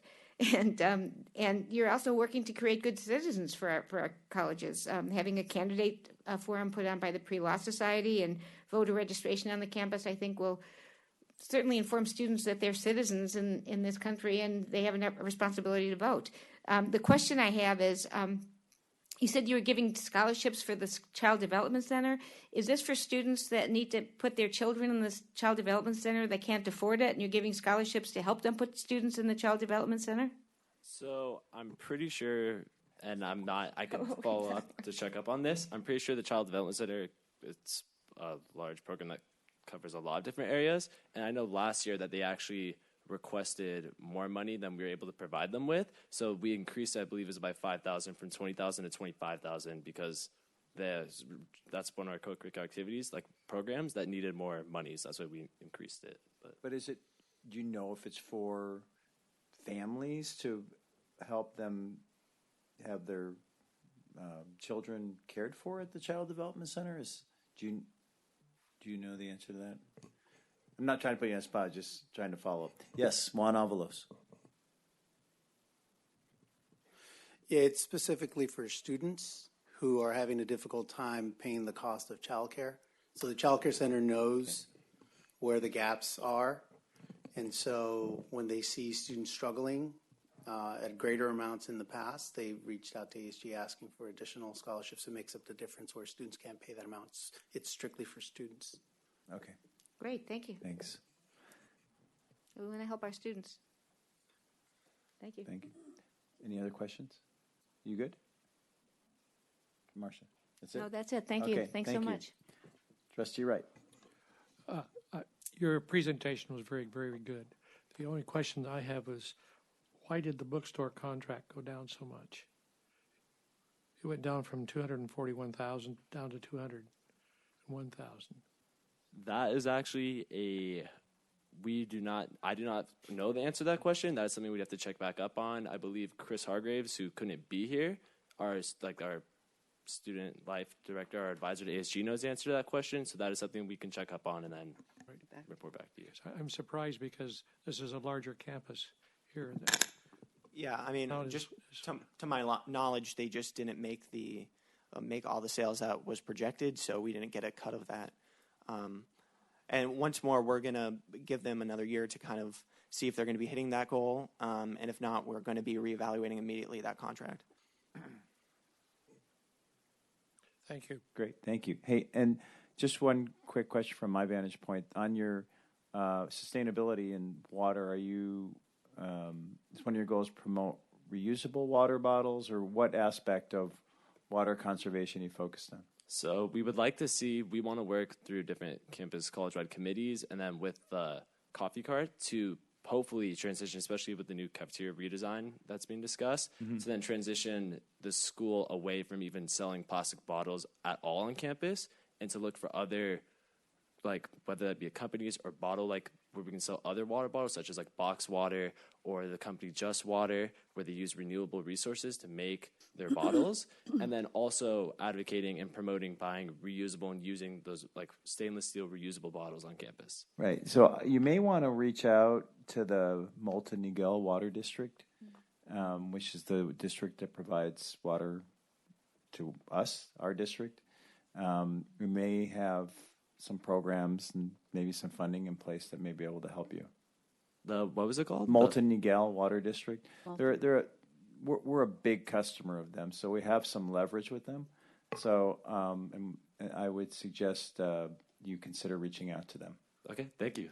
And I just wanted to mention, a few years ago, the ASG, their project was to create water filling stations all over the campus, so students can refill their water bottles all over Saddleback College campus. And this was actually created and paid for by the student government, so that was a really great project. Thank you. So one of the things that Multnomah may consider doing is providing water filling stations on campus. That'd be great. So I would suggest reaching out to them. In fact, the administration may want to help you with that as well. Thank you. Okay. Trustee Witt. Thank you. Excellent presentation. I want to applaud you for mentioning, putting it in writing, the non-academic barriers. The next time you present, I want one verb gone, and that's research options. I'm really hoping we've seen that many times, research. And I'm hoping that under your leadership that this student government really provides us with strong options that are realistic. It is not an easy topic on this campus, and I know that there are differences in what people believe in, but I'm just encouraging you to give us options that are realistic and viable. Thank you. I completely agree. I think that enough time has passed, and I think there's solutions that we could start looking to implement now instead of continued discussion. Thank you. Okay. I think that concludes our questions. Thank you, gentlemen. Thank you. Appreciate it very much. Okay, we now will have a vote on approving the budget, the two ASG budgets that have been presented. A motion from Trustee Milchiker and a second from Trustee Prendergast. Let's go ahead and vote. And the budgets are approved by a 7-0 trustee yes vote and a student trustee yes vote. Moving on to 6.6, agreements for technology and related services, Synergy Software Solutions, and Nimble Consulting. A motion from Trustee Lang, second from Trustee Wright, and a question from Trustee Prendergast. No, I was trying to do the other motion. I know. Well, we'll do it next. Okay. We have a motion and a second. Any questions on this item?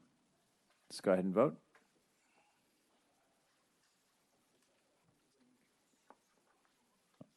Motion carries by 7-0 trustee yes vote and the student trustee yes vote. Trustee Prendergast. As much fun as I love doing this, I'm going to make a motion to extend the meeting to 9:15. Good call. All right. So we have a motion from Trustee Prendergast and a second from Trustee Lang to extend the meeting to 9:15. That's why we put in the board policy that it is not statutorily required to end the meeting at 9 p.m. So a motion and a second. Let's go ahead and vote.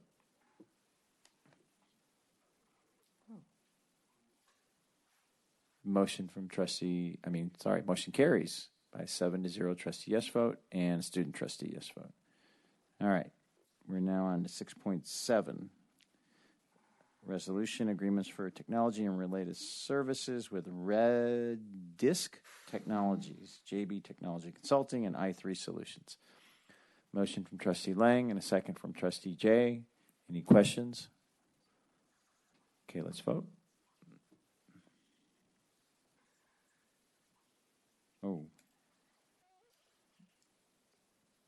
I thought we just voted on this. Unless I'm jet lagged here. No?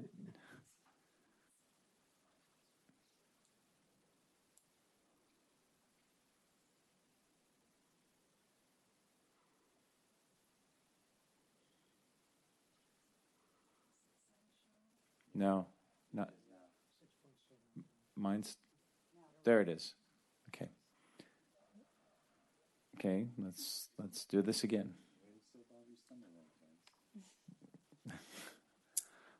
The 6.7 carries by a 7-0 trustee yes vote.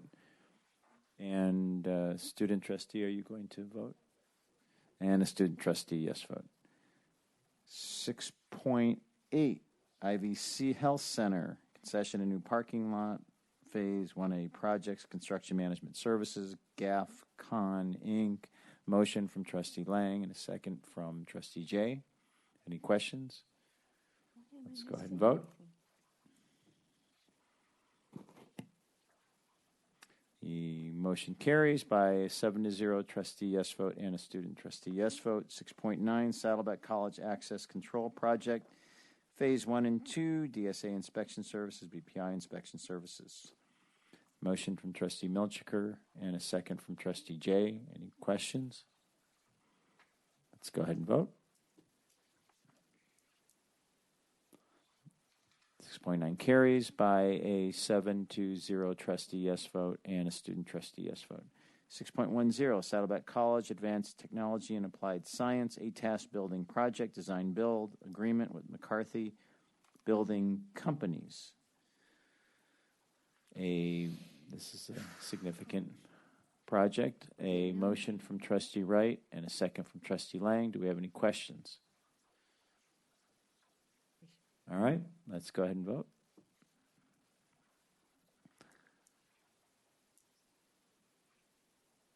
Item carries by a 7-0 trustee yes vote and a student trustee yes vote.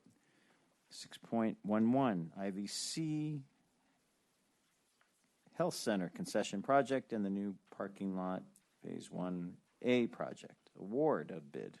PH Hagopian Company Contractor. Motion from Trustee Lang, second from Trustee Jay. Any questions? Let's go ahead and vote.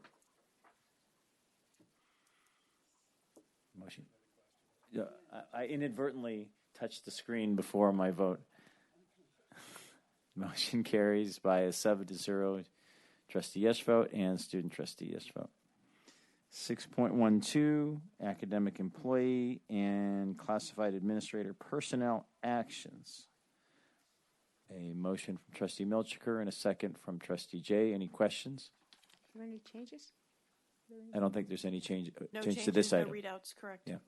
Let's go ahead and vote.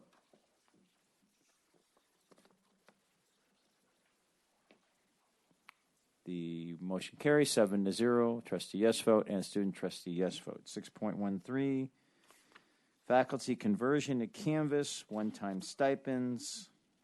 There's a motion from Trustee Witt and a second from Trustee Wright. Do we have any questions? Seeing none, let's vote.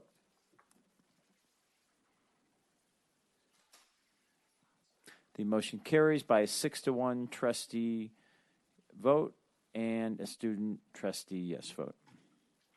6.14, and I think we have some clarifications here. Yes, Board President Jamal, on Exhibit A, page 9 of 13, there is a mistake that I need to amend at the table, and that would be on page 9 of 13, D1AI. At the end of that paragraph, it should say September 1st, 2017. So that was a mistake by HR, and we're trying to correct it so we don't have to amend it the next board meeting. Okay. Thank you. With that clarification noted, do we have a vote? Do I have a motion? Motion from Trustee Prendergast, second from Trustee Milchiker. Any questions? Okay, let's go ahead and vote.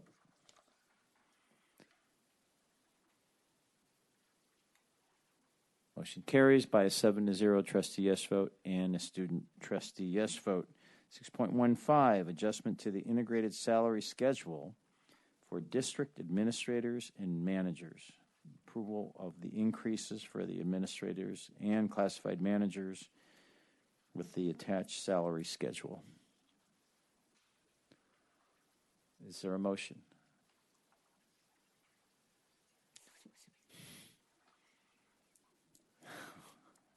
It's a motion from Trustee Prendergast, second from Trustee Wright. Any discussion on this item? Any questions? All right, let's go ahead and vote.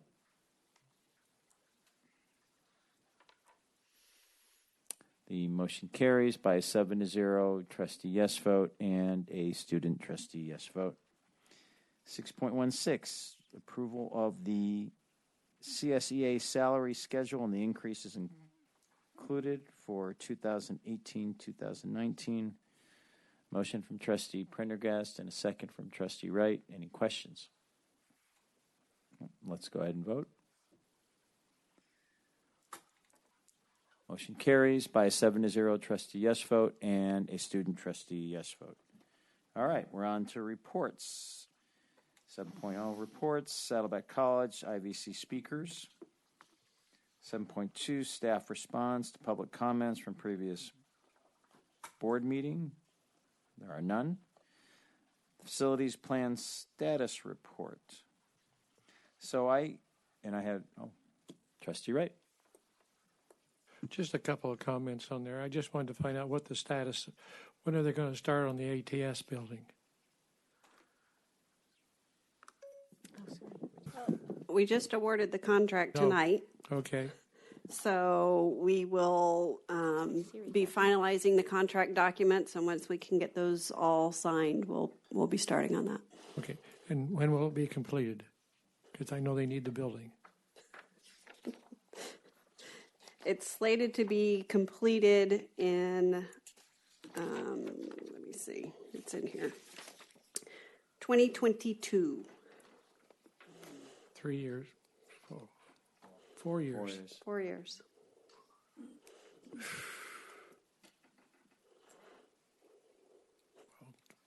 It's a long time. It is. Okay. Okay. And the other question I had is, how is the stadium coming along as far as its completion? The demolition work is coming along well. We have a little bit of a hiccup with DSA, where the second increment for really the development of the stadium and building the stadium still is not out of DSA. We're hoping to get that approval from DSA in about 6 weeks. So we're a little bit delayed on the stadium, but the site work and the demolition is moving along fairly well. Because supposedly that's going to be finished by next fall. Correct. Okay. Thank you. Yeah, well, sure hope so. All right, Trustee Witt. So we're saying that the stadium will be built in 2.5 years? No, next fall. They just said next fall. Wait, next fall fall. of 2019. All right, so we started it when? When was it, January? We did the when we do that? groundbreaking in the spring, I think. They started the preliminary plans in March of 2014, and the working drawings were done, so we really started it 4 years ago. Not you knew really, where I was going, didn't No, you? You knew where I was going. I just need to say it again. If you can make that building, the ATAS building, happen in 3 years, I'll put you up for sainthood. I just want to tell you that it is just unacceptable. What? She wouldn't pass. I want to hear about it. It's absolutely unacceptable to me that we are waiting this long for a program to have a home. I mean, nobody could ever wait as long as nursing program. That is a given. That was over 20 years. And I'm just saying, it's with what we have today and with our resources, I don't know. I do know. I really want someone to work on that. I want it to be maybe, would you say 22, 2021?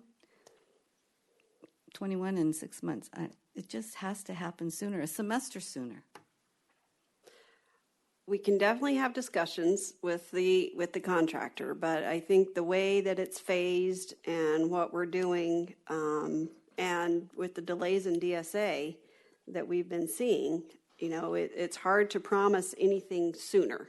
But I think we can definitely inform the contractor, because this is a design-build entity. So both the architect and the contractor, we can tell them our desire to try to get it at least a semester sooner, but we just don't want to guarantee anything. I think part of the problem, and I appreciate the frustration with this building, but we kind of changed midstream of where we were going with this building. So it's my understanding that last summer was when we decided to completely, rather than renovating TAS, we went with a brand new building. And so that delayed the project tremendously by that decision that was made last summer. So what we're talking about right now is to start building it, or we still have to, So tonight we awarded the design build contract to McCarthy. So now what will start happening is the architects will come, that'll be the first thing. The architects will come in, we'll meet with all the users. They'll start finalizing all the programming and starting the drawings and figuring out the adjacencies and what needs to be done. And that's typically at least a 9-month project for the architects to do the planning and getting the drawings done and going back and forth for approval. I think we have in here, a year for the plans to be done from when we start to when they'll be complete. And then DSA is, we have another year in here for DSA approval. we can't do that concurrent towards the end that we The already DSA have the approval? plan. I understand you have to have proof, but No, you have to have completed plans that you submit to DSA, and then it just kind of sits for months on end before they even have the staffing to start reviewing it. who can we take out to lunch? I'm sorry. Ethics training is due August 31st. I'm not going to give up. I'm just not. Thank you. Okay. So the only, on this item, I had an exchange with the Chancellor today, just asking about the planned Saddleback College building, or I don't know if it's planned anymore, at ATEP.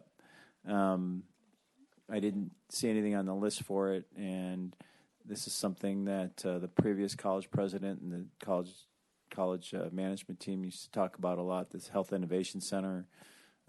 Basically, my understanding now is we're back to square, basically at the drawing board again, trying to figure out what Saddleback College is going to do at ATEP. Is that correct? Is that essentially where we are? We have a concept for moving forward with the project, and we're going to actually have a meeting on that tomorrow with the prospective tenant at ATEP, and we'll see how that goes.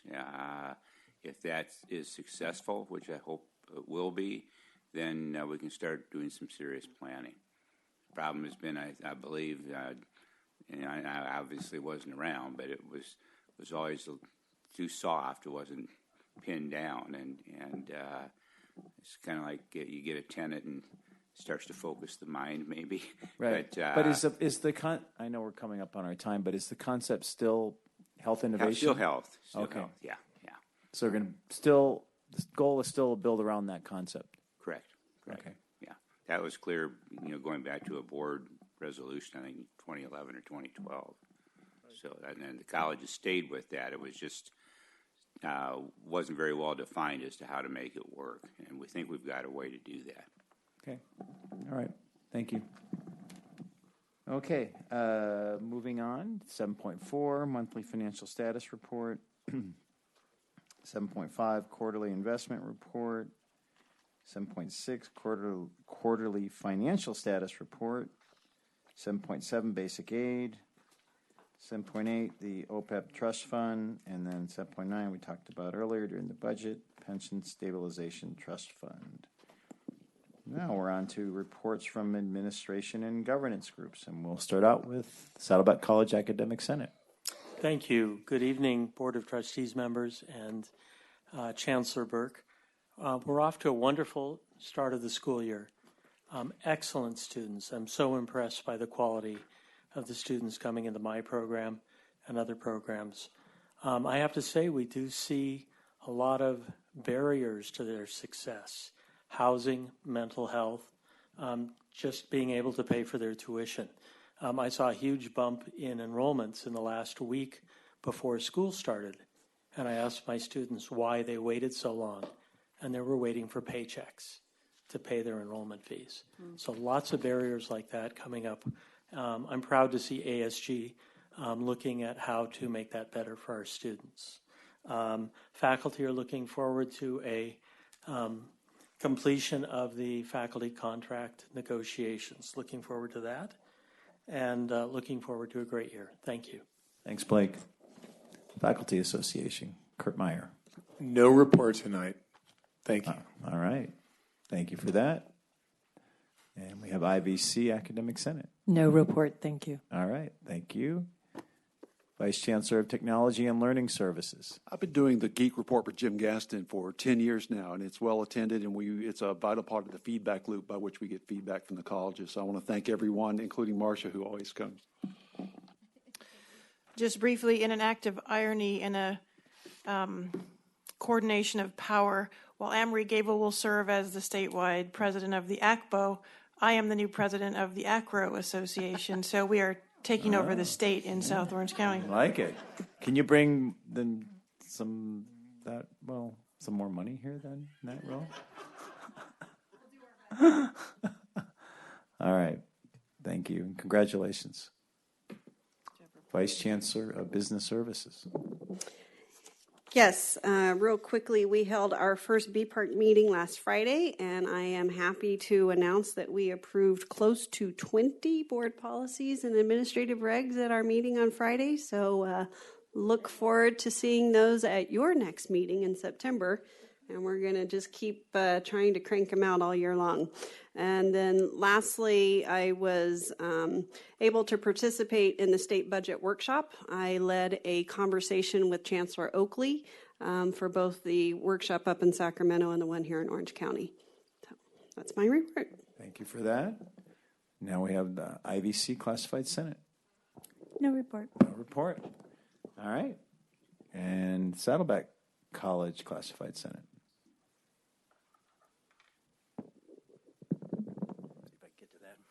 Good evening. I have a real short report tonight, but I'd like to introduce myself. My name is Darren England. I have been an employee at Saddleback College for about 12 years.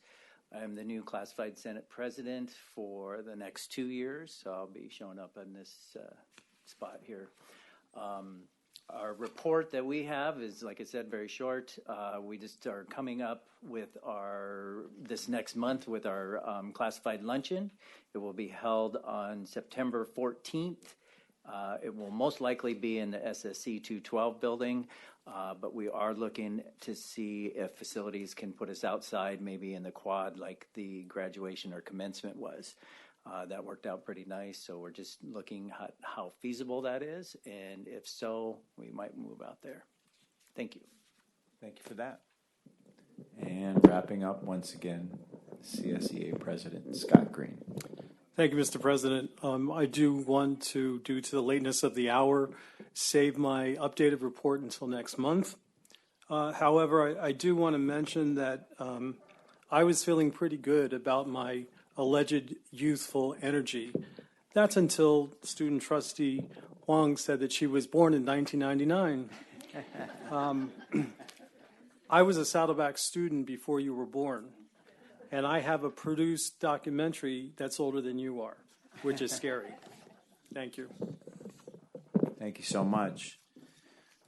Well, tonight, on behalf of the Board of Trustees, we're going to close this meeting in memory of Christina Brewer, who is a longtime professor of anthropology who retired from Saddleback College in 2004 and passed away on Sunday, August 5th. Professor Brewer was the first female professor hired in the Social Sciences Division and continued to teach multiple courses in anthropology, archaeology, and sociology for 30 years until her retirement in 2004. After retirement, she continued teaching part-time courses in cultural anthropology and stayed involved in her professional organization, the Archaeological Institute of America, Orange County Society, which featured lectures by renowned archaeologists and raised money for student scholarships. She is survived by her 2 daughters and 4 grandchildren. Our thoughts and prayers are with her family, friends, and former colleagues. Thank you and good night.